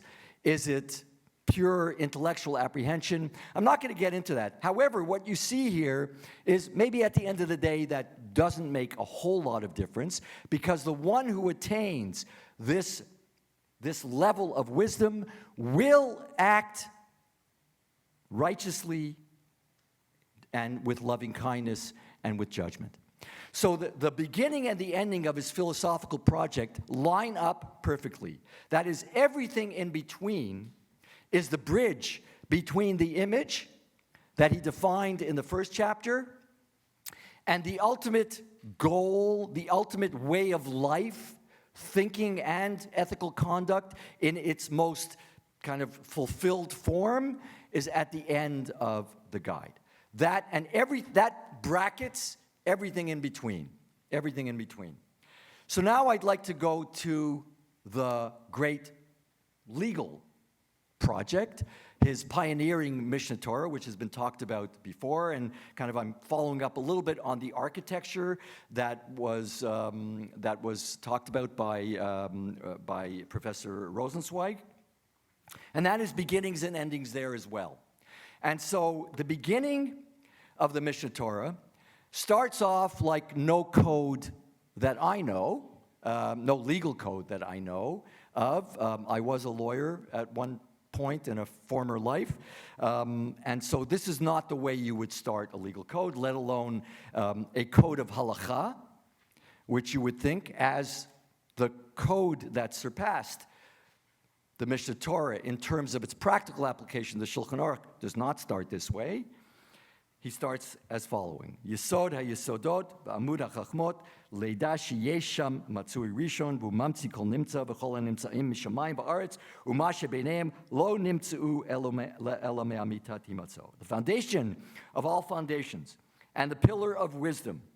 By the way, the first kind of letters of those, you can just look at that and see what that spells out. I think that's intentional, but there's a reason he doesn't use God, but he uses primary existence, is to know that there is a primary being who brought into being all existence, all the beings of the heavens, the earth, and what is between them came into existence only from the truth of his being. Now, this is the way he starts off what everyone considers, and I do as well, the kind of comprehensive halachic compendium of Jewish conduct. And yet he starts with kind of this universal principle that applies really to all human beings, that is consistent with the way he defined a human being and what constitutes a human being in the guide. This is the principle, this is the yesod that undergirds everything, that undergirds chachma, that undergirds yediyah, knowledge. And so it's only a few paragraphs later that he actually gets to a formal mitzvah, And so this, I think, lines up perfectly with the way he, or what he is getting at in the guide. Now, I'm not saying that there's no inconsistencies, perhaps, between his philosophical work and the legal work, but here again, I'm just looking at the overarching kind of project. This entity, Hamatsui Hazeh, even the word is a philosophical formulation. It's not even God. It's a philosophical formulation that he believes you can reason your way towards. You can actually step by step acquire a knowledge of that existence through philosophical rigor. And so this entity is, then he identifies this entity with God, the God of the world, the Lord of the entire earth. He controls the sphere with infinite and unbounded power. He who causes it to revolve without a hand or any other corporeal dimension. And here again, it goes exactly back to the guide, because what he told us in the guide, the way I described to you the first chapter, is that this feature of God, that he causes it to revolve without a hand or any other corporeal dimension, that is the feature that human beings can somehow tap into with the mind, with the world of thought. And so there he is not being at all inconsistent, in fact, quite the opposite. He had already formulated these ideas before he actually wrote the guide, which was after the Mishnah Torah. And so now that's the beginning. That's the beginning. So now let me go to the ending. And the ending is this, in Hilchot Melachim, the laws of kings and their wars, is where he fleshes out his vision of the end of history. Maybe not the end, but the historical utopian end of history that we call Mashiach. And so also another thing that you wouldn't expect to find in the United States, I don't know what you call it here, but you wouldn't find it in the Canadian Criminal Code. So it links up that way with the beginning, and that is the following. So at the end of the second source page, what title to know is Utopia in Hilchot Melachim. Al yala al lev shebimot hamashiach yibatel davar miminhago shel olam, o yeh sham chidush b'maaseh breshit el olam kiminhago noheg. I would say this is probably one of his favorite maxims. Ha'olam kiminhago noheg. Don't think that there's going to be anything miraculous about that time. The Beis HaMikdash is not going to come out of heaven. These things aren't going to just come all of a sudden by God's hand. I mean, not God's hand literally, but they will come as a result of a historical process, a natural historical process. And even when that event unfolds, it also unfolds in a historically natural way. Nothing will change. And all those things in the verses that talk about the lion that lies down with the lamb are metaphors. The metaphors that he fleshes out, that he taught us, the way in which to understand the Torah in the guide, those are all metaphors for world peace. But it's an important point, which I'll explain in a moment. Ubaota Osman, on the third page of your handout, Lo yesham lo ra'av, lo mechama, lo kina v'tacharut. There won't be any of the things that cause conflict, famine, war, envy, competition, for goodwill. She'atova tieh mushpat harbeh, v'chol hamadan mitzuyin ka'afar, v'lo yiyeh esek kol olam ela ladat et Hashem bilvad. Now, I think the order of that is the reason there won't be any of these things that normally cause conflict is because at that point, the entire world, what will pervade the entire world, is a common project. The common project of truth. For him, truth is, the ultimate truth is God. The ultimate object of knowledge is God.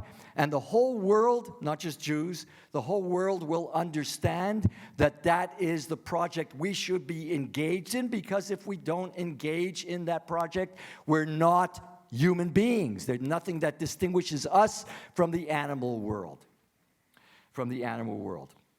And so, in a very real way, we have, again, a parallel, kind of almost analogous beginning and ending in the Mishnah Torah that you have in the guide.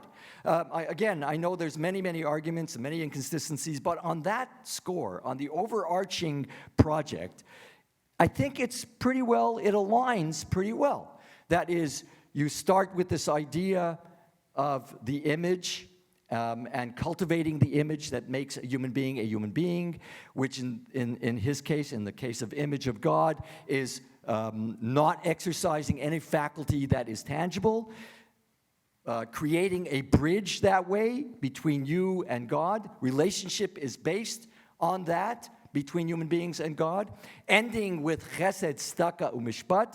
What else could there be at the end of the world, or the end of history? It's not the end of the world, but the utopian end of the world, than the chesed and tzedakah, mishpat that you need to kind of cultivate this shalom that the Rambam is talking about. So I think they kind of align perfectly. Now I wanted to go thirdly, to a third ending and beginning. And that is a microcosm of what I think I've been talking about, that is relevant to the holiday, to the Chag we just celebrated, which is Hanukkah, of course, and Hilchot Hanukkah. So the Rambam in the Mishnah Torah talks about both Megillah and Hanukkah in the same kind of, in the same chapter, the same section. And so there, I think, is a wonderful, really kind of snippet, a snapshot of everything I just talked about in terms of its beginning and ending. It's quite extraordinary, I think, his formulation. So the beginnings. And so you have that in your source sheet. There's a historical beginning in the Mishnah Torah that Hanukkah commemorates. And so he goes through the history. The Jews suffered great difficulties from the Greeks, for they oppressed them greatly until the God of our ancestors had mercy upon them, delivered them from their hand, saved them. The sons of the Hashmonaim, the high priests, overcame them, slew them, and saved the Jews from their hand. They appointed a king from the priests, and sovereignty returned to Israel. So a kind of a historical précis of what happened. Then he goes on. I didn't want to have a lot of paper floating around, although it's on the projector, but he goes on to talk about why we light candles. And then he says, which is interesting, and that is ultimately you light the candles, laharot v'liglot hanes. So he doesn't exactly say that the candles celebrate the nes as recorded in the Gemara, but he does say there was only enough oil that they found in the Beit HaMikdash to light the candles for 8 days, but they lit from it for 8 days until they can kind of produce a new batch. I think that's a little bit ambiguous. That is whether that's miraculous or they kind of took a little bit of oil kind of every day and lit the menorah. But I'll leave that for discussion or debate if people don't want to run home. So that's the way he starts the beginnings of Hilchot Hanukkah. So there is war, there is Beit HaMikdash, they consecrated the Beit HaMikdash again, there is sovereignty, reestablishing sovereignty, actually all those things that he talks about in the utopian vision of Mashiach. So in a way, one could see Hanukkah as an attempt, or at least an experiment, with those, or realizing those kind of features that make up, that the central features that he says make up the Mashiach. So now I want to go to the endings. So the ending is, for me, has always been quite actually extraordinary. Because the ending, I have the title of that section, which is, the Hanukkah menorah is not that important. Is not that important. He ends Hilchot Hanukkah with actually that idea, the following. Hayalafanav ner beito v'ner Hanukkah. If he had in front of him the opportunity to light the candles of his house, or the candles of the menorah, O ner beito v'kiddush hayom, or the resources to light the candles of his house. And there's a conflict with kiddush. Ner beito kodem, the candles that light up, the switch that you flip to light up your house takes precedence. So I found this kind of extraordinary. The climax of the laws about a chag tells you how unimportant they are, with a very mundane, as opposed to a very mundane activity, which is lighting up the house. By the way, I think it's even more extraordinary. Most, I think, people take ner beito to mean the candles, the Shabbos candles. However, I don't think so. And there are some that didn't think so. That it is even more extraordinary when you think it could actually mean just the regular candles, the regular light that you light up your house with. Because as Rashi points out in the Gemara where this is sourced, that is the way we accomplish shalom bayit, right? That is some kind of stability, relationship in the home. Light is important. But then he goes on to say the following. Of course it takes priority. Because Gadol HaShalom Shekol HaTorah Nitna La'asot Shalom Ba'olam Shenemar Drachea Darchei Noam V'chol Netivotea Shalom.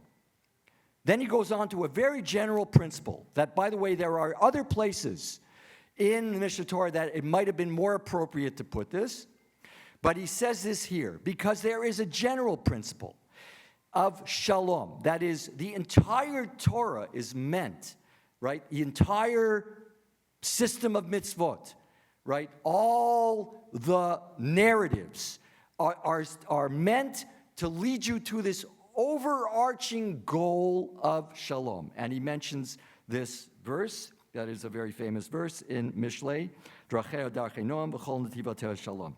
So my question as a former yeshiva guy is why? Why would you end off, maybe it's not, maybe it's a kind of a constructed question, but I think it's a valid question. Why would you end off a series of laws on the chag by demoting that chag?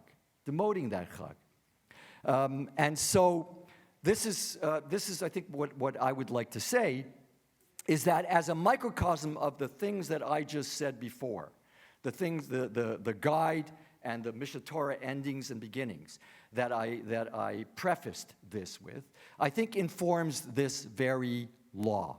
And that is, all mitzvot in the Mishnah Torah look back at the beginning to know that there is primary existence, and look forward to that utopia. The rest of the Mishnah Torah is a bridge between those 2 points. And so here you have a bit of a problem that the Rambam sees with a mitzvah, that where you could lose sight of this overarching kind of rationale for all mitzvot, right? Because they have a goal. Mitzvot aren't ends in themselves. And so here you have a holiday that celebrates, and of course he was a pragmatist and he was a realist and he understood human character and he understood that you need war at certain times, you need a polis, you need sovereignty, Jews need sovereignty, Jews need a homeland before you can accomplish these other things. But when you're celebrating Hanukkah, by the very fact that he ends with this law, and by the notion that all laws for him are meant to kind of cultivate higher goals. They're a framework. They're not ends in themselves, which is very different, by the way, than other theologies, than Kabbalistic theologies. A framework within which to cultivate knowledge, to cultivate that bridge that connects human beings and God. And so here you have a beginning with war that commemorates war, a beginning that commemorates consecration of a Beit HaMikdash, a kind of central building that people look towards where apparently God resides, but for Maimonides is a building that's meant to focus one's mind on God, because people need structures. You have the establishment of a polity, which you need. So I think the reason he ends like this is because of what I tried to describe in the beginnings and endings of the other two, of the two major projects, is that when you perform this mitzvah, there is the danger of losing sight of the overall goal, And so, like I said, you have war, you end with shalom. You have the Beit HaMikdash in the beginning, you end with the Mikdash Ma'at. You end with the home, the thing that the mundane, the most mundane activity that we have. Because if you don't do it in the home, then it'll never happen. You start with priests. He's talking about the Kohanim.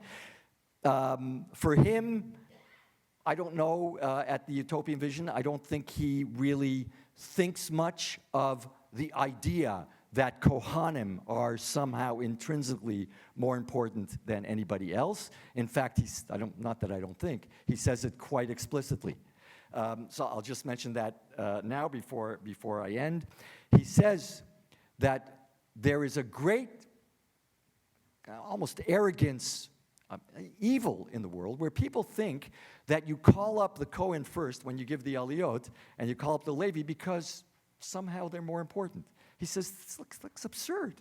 I mean, you're not listening to what I told you, not I, Jim Diamond, but Maimonides. You're not listening to what I told you in the guide.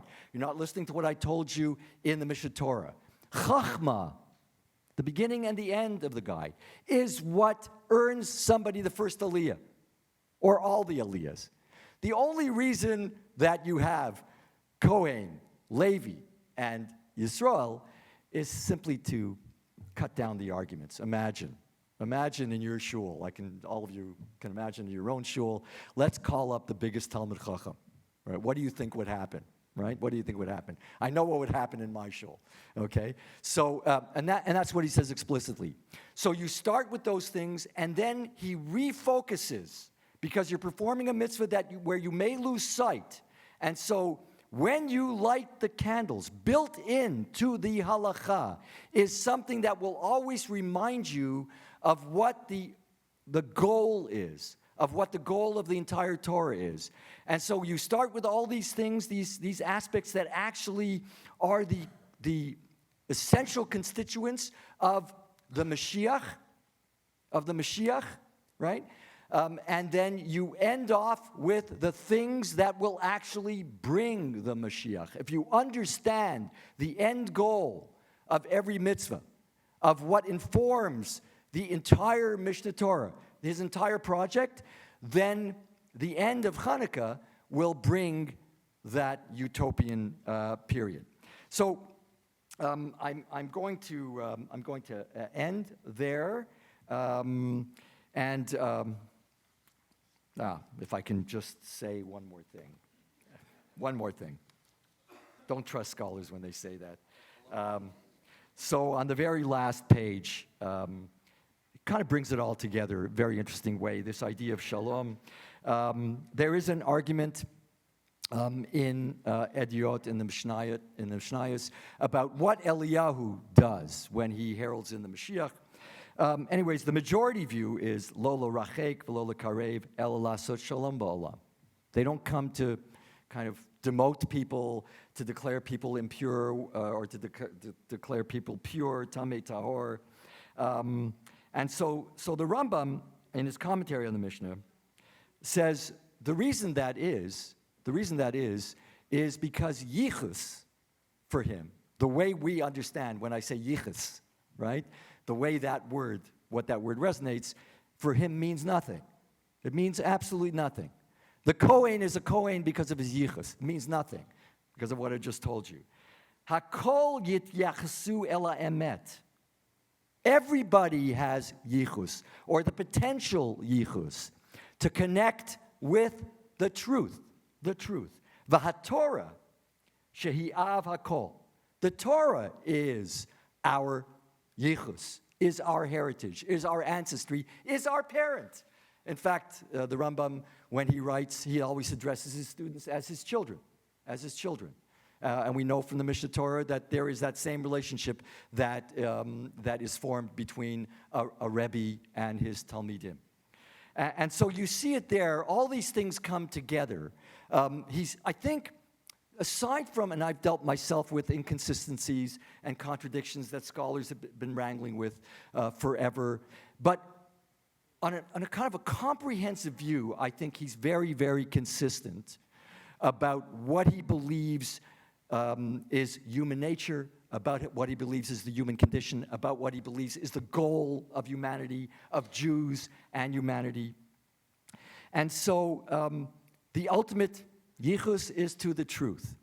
And so when you see, for instance, the highest echelon of academics, which we've just recently seen, being muddle-headed about truth, prevaricating about truth, because they are motivated by all kinds of things that the Rambam hated, right? Ideologies, fixed ideologies, which he talks about.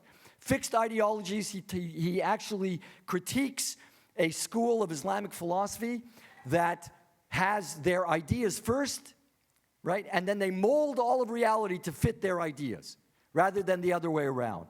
And so you see what happened. It was on display for everyone to see the guiding truths of academics in the most kind of elite institutions. I don't have to explain to you who those people are. However, I know for sure, after having studied the Rambam for many, many years, and his notions of truth, and his notions of what fulfills a human being's nature, I know for sure, if he was the president of Harvard, I know what he would have said. Because we know from what he said himself, what he would say. In the guide, one of my favorite statements of his, in the guide, when he introduces the guide, he anticipates the controversy and the derision that he will experience, because he knows he's going to be challenging, not feeding into current policies and politics and ideology, not feeding into, but challenging. So he knows and he anticipates what actually occurred. And he says, so why am I doing this? It's a moment of disclosure, right? He says, why am I doing this? Because I would rather offend 10,000 fools than withhold the truth from the one person who deserves it. That you didn't see on display. That is why Maimonides matters. That's why he will matter long after those presidents are gone, long after those institutions are probably gone. We'll still be studying Maimonides. And I would say my bracha would be, may you have illuminated texts, you have beautiful, beautiful manuscripts. There's a reason why those texts attracted illumination, why they attracted expert scribes. There's a reason. It's because of the content. It's because of the substance that those manuscripts have. So I'm going to go back to Robbie Hartman and something he said in the introduction, where Maimonides looks at texts, and he has a very famous kind of metaphor that he lifts off of Mishlei, Tapuchei Zahav Maskiot Kesev, Davar Davur Alofanav. That is words fitly spoken, which people don't seem to understand that anymore. Words fitly spoken are like gold that peeks out of a silver lattice, of a silver filigree. And so my bracha is, or I know for certain, it's not a bracha, that the luminosity of Maimonides' words will continue to peek through the actual illumination of these texts. So I'll just end that there. And I just wanted to say, I dedicate also this talk.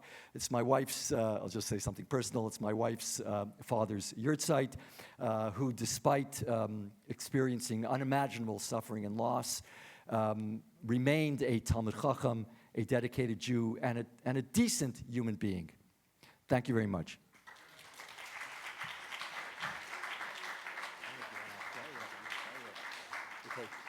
Thank you, Jim, for that very illuminating and valuable ending to the conference. I suppose it ends. Okay. Are there questions? I don't know if there's time, Gabe, I don't know. Yeah, no, I don't think. I'd like to thank all of our speakers and thank all of you for joining us this afternoon for an unbelievably illuminating and really meaningful conversation. We were asked to let people know that there will be, or we have requests for, a Marav Minyan outside at the conclusion of this. Anyone who would like to join. Thank you again, and please do come back to see the exhibition if you haven't. And we thank you for joining us this afternoon. On behalf of the Revel Graduate School and Yeshiva University Museum, thank you.